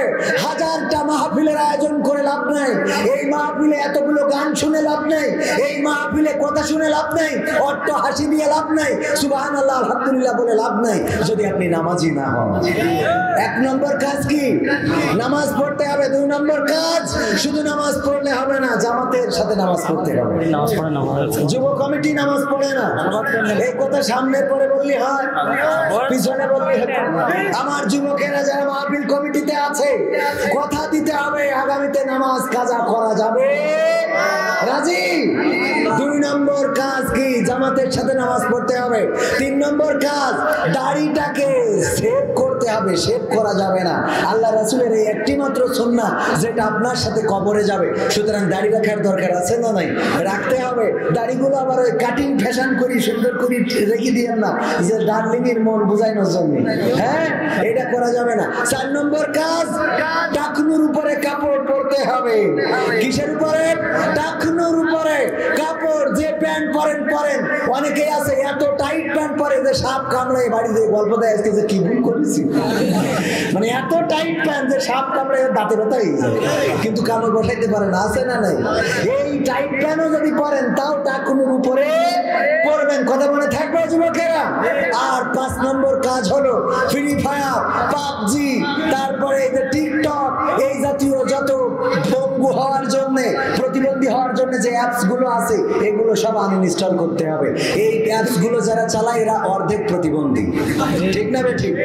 গানে মুখ মিলাই নাচানাচি করে না এটা টিকটক। আর ফ্রি ফায়ার যে খেলে ওর কাছে যে জিজ্ঞেস করবেন ভাই তোমার নাম কি, ও দেখবেন যে মাইকতেছে, ঠিক না বেঠে? এই প্রতিবন্ধী অ্যাপস গুলো ফোনে রাখা যাবে, মনে থাকবে। এই 5টা কাজ করবেন। আর আমার মা বোনেরা স্বামীদের প্রতি কৃতজ্ঞ থাকবেন, স্বামীদের খিদমত করবেন, স্বামীদের প্রতি সন্তুষ্ট থাকবেন। স্বামীরা যতটুকু করে ততটুকুতে সন্তুষ্ট থাকবেন, আল্লাহ আপনার পরে সন্তুষ্ট হয়ে যাবে, বলেন সুবহানাল্লাহ। পর্দার মধ্যে থাকবেন, মেকআপ একটু কম করে লাগাবেন, আর আমার যুবকগুলোর একটু টাঙ্কি কম করে মারবেন। আল্লাহ কবুল করুন। আর কোনো কথা আছে? আল্লাহ সবাইকে কবুল করে নিন। আল্লাহুম্মা সাল্লি আলা। আবার কি আল্লাহ রে কাটি করতে করতে আমরা শেষ করে দেব। আল্লাহুম্মা সাল্লি আলা মুহাম্মাদি ওয়া আলা আলি মুহাম্মাদ কামা সাল্লাইতা আলা ইব্রাহিম ওয়া আলা আলি ইব্রাহিম ইন্নাকা হামিদুম মাজিদ। আল্লাহুম্মা বারিক আলা মুহাম্মাদি ওয়া আলা আলি মুহাম্মাদ কামা বারাকতা আলা ইব্রাহিম ওয়া আলা আলি ইব্রাহিম ইন্নাকা হামিদুম মাজিদ। আলহামদুলিল্লাহি রাব্বিল আলামিন। রব্বানা যালামনা আনফুসানা ওয়া ইন লাম তাগফির লানা ওয়া তারহামনা লানাকুনান্না মিনাল খাসিরিন। রব্বানা আতিনা ফিদ দুনিয়া হাসানাতাও ওয়া ফিল আখিরাতি হাসানা ওয়া কিনা আযাবান নার। ও আল্লাহ, গভীর তুমি চেয়ে দেখো কলার আর বোয়ালিয়া মোড়ে। আল্লাহ, তোমার বান্দারা এখন ওই আম বাগানে বসে আছে, দাঁড়িয়ে আছে যুবকেরা। আল্লাহ, তুমি সকলকে তোমার শাহী দরবারে কবুল করে নাও। ও আল্লাহ, আমরা যারা হাত তুলেছি আমাদের সকলের জীবনের গুনাহগুলো ক্ষমা করে দাও। জেনে গুনাহ করলাম, না জেনে গুনাহ করলাম, বুঝে গুনাহ করলাম, না বুঝে গুনাহ করলাম। আল্লাহ, যারা যে অবস্থায় গুনাহ করেছি না কেন, কোন গুনার খবর পৃথিবীর মানুষ যদি না জেনে থাকে, তোমার চোখ তো ফাঁকি দিতে পারি নাই। আল্লাহ, তুমি সকল গুনাহগুলো ক্ষমা করে দাও। ও আল্লাহ, তুমি এই গ্রামের যুবকদেরকে কবুল করে নাও, মাহফিল আয়োজক কমিটিকে কবুল করে নাও, আমাদের মাহফিলের শ্রদ্ধা ভাজন সভাপতি জনাব মোহাম্মদ জিয়াউল ইসলাম সাহেবকে কবুল করে নাও। প্রধান অতিথি এখনো বসে আছে রে আল্লাহ, আওয়াজ শুনতে চাইলো, গভীর রাত, বেশি কথা বলতে পারলাম না, ভাঙা গড়া অগোছালো যতটুকু কথা বললাম। আল্লাহ, তুমি দয়া করে কথাগুলো কবুল করে নাও। আমার জনাব এসএমএল তাফসীর লালটু ভাইকে কবুল করে নাও। আল্লাহ, মহৎ একটি উদ্দেশ্য আছে, যদি উপজেলা নির্বাচনে নির্বাচিত হতে পারেন তাহলে এই যে অঞ্চল মাদক মুক্ত করবে। আল্লাহ, তুমি দয়া করে তাকে উপজেলা নির্বাচনে নির্বাচিত হওয়ার তৌফিক দান করে দাও। আল্লাহ, মসজিদের জন্য বিশেষ একটি জিনিস দিতে চেয়েছে, আল্লাহ তুমি দেওয়ার তৌফিক দান করে দাও। আল্লাহ, এই মাহফিল কমিটি বোয়ালিয়া জামে মসজিদের উদ্যোগে আয়োজিত, আমার যুব সমাজের উদ্যোগে আয়োজিত যুবকদেরকে কবুল করে নাও। যাদের চাকরি নাই তাদের চাকরির ব্যবস্থা করে দাও, যাদের কর্ম নাই কর্মের ব্যবস্থা করে দাও, যাদের ইনকাম নাই ইনকামে বরকত ঢেলে দাও। ও আল্লাহ, যাদের পিতা নাই মাতা নাই, পিতা মাতার কবরকে জান্নাতের বাগান বানাইয়া দাও। ও আল্লাহ, এই গ্রামে যত কবরবাসী ঘুমানো, জানি না কোন অবস্থায় আছে, কোন অবস্থায় তুমি রেখেছো। আল্লাহ, কবর গুলো তুমি জান্নাতের বাগান বানাইয়া দাও। ও আল্লাহ, এই গ্রামে আহলে হাদিস, হানাফি, মাযহাবি, লামাযহাবি যত মতের পথের লোক আছে, আল্লাহ কোরআনের জন্য ঐক্যবদ্ধ করে দাও। ও আল্লাহ, এক মুসলমান, এক আল্লাহর কোরআন, তোমার কোরআন, এক বিশ্বনবী হযরত মুহাম্মদ সাল্লাল্লাহু আলাইহি সাল্লামকে মেনে সবাই জানো এক হয়ে ভ্রাতৃত্ব বন্ধনে আবদ্ধ হতে পারি, সেই তৌফিক দান করে দাও। ও আল্লাহ, তোমার কাছে খাস করে ফরিয়াদ করি, পর্দার অন্তরালে যত মা বোন হাত তুলেছেন, মা বোনদের মধ্যে অনেকের মা নাই বাবা নাই। আল্লাহ, মা বাবা এসে খবর নিয়ে যেত গো, এখন আর আসে না, খবর নেয় না। এমন কোন মা বোন থাকলে আল্লাহ ওই পিতা মাতার কবরকে জান্নাতের বাগান বানাও। আল্লাহ, যার সন্তান নাই নিঃসন্তানীকে সন্তান দান করে দাও।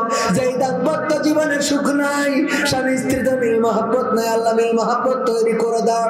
ও আল্লাহ, গ্রামবাসীকে কবুল করে নাও। আমার শিশু কিশোর যারা, আল্লাহ তুমি তাদের লেখাপড়ায় কামিয়াবি দান করে দাও।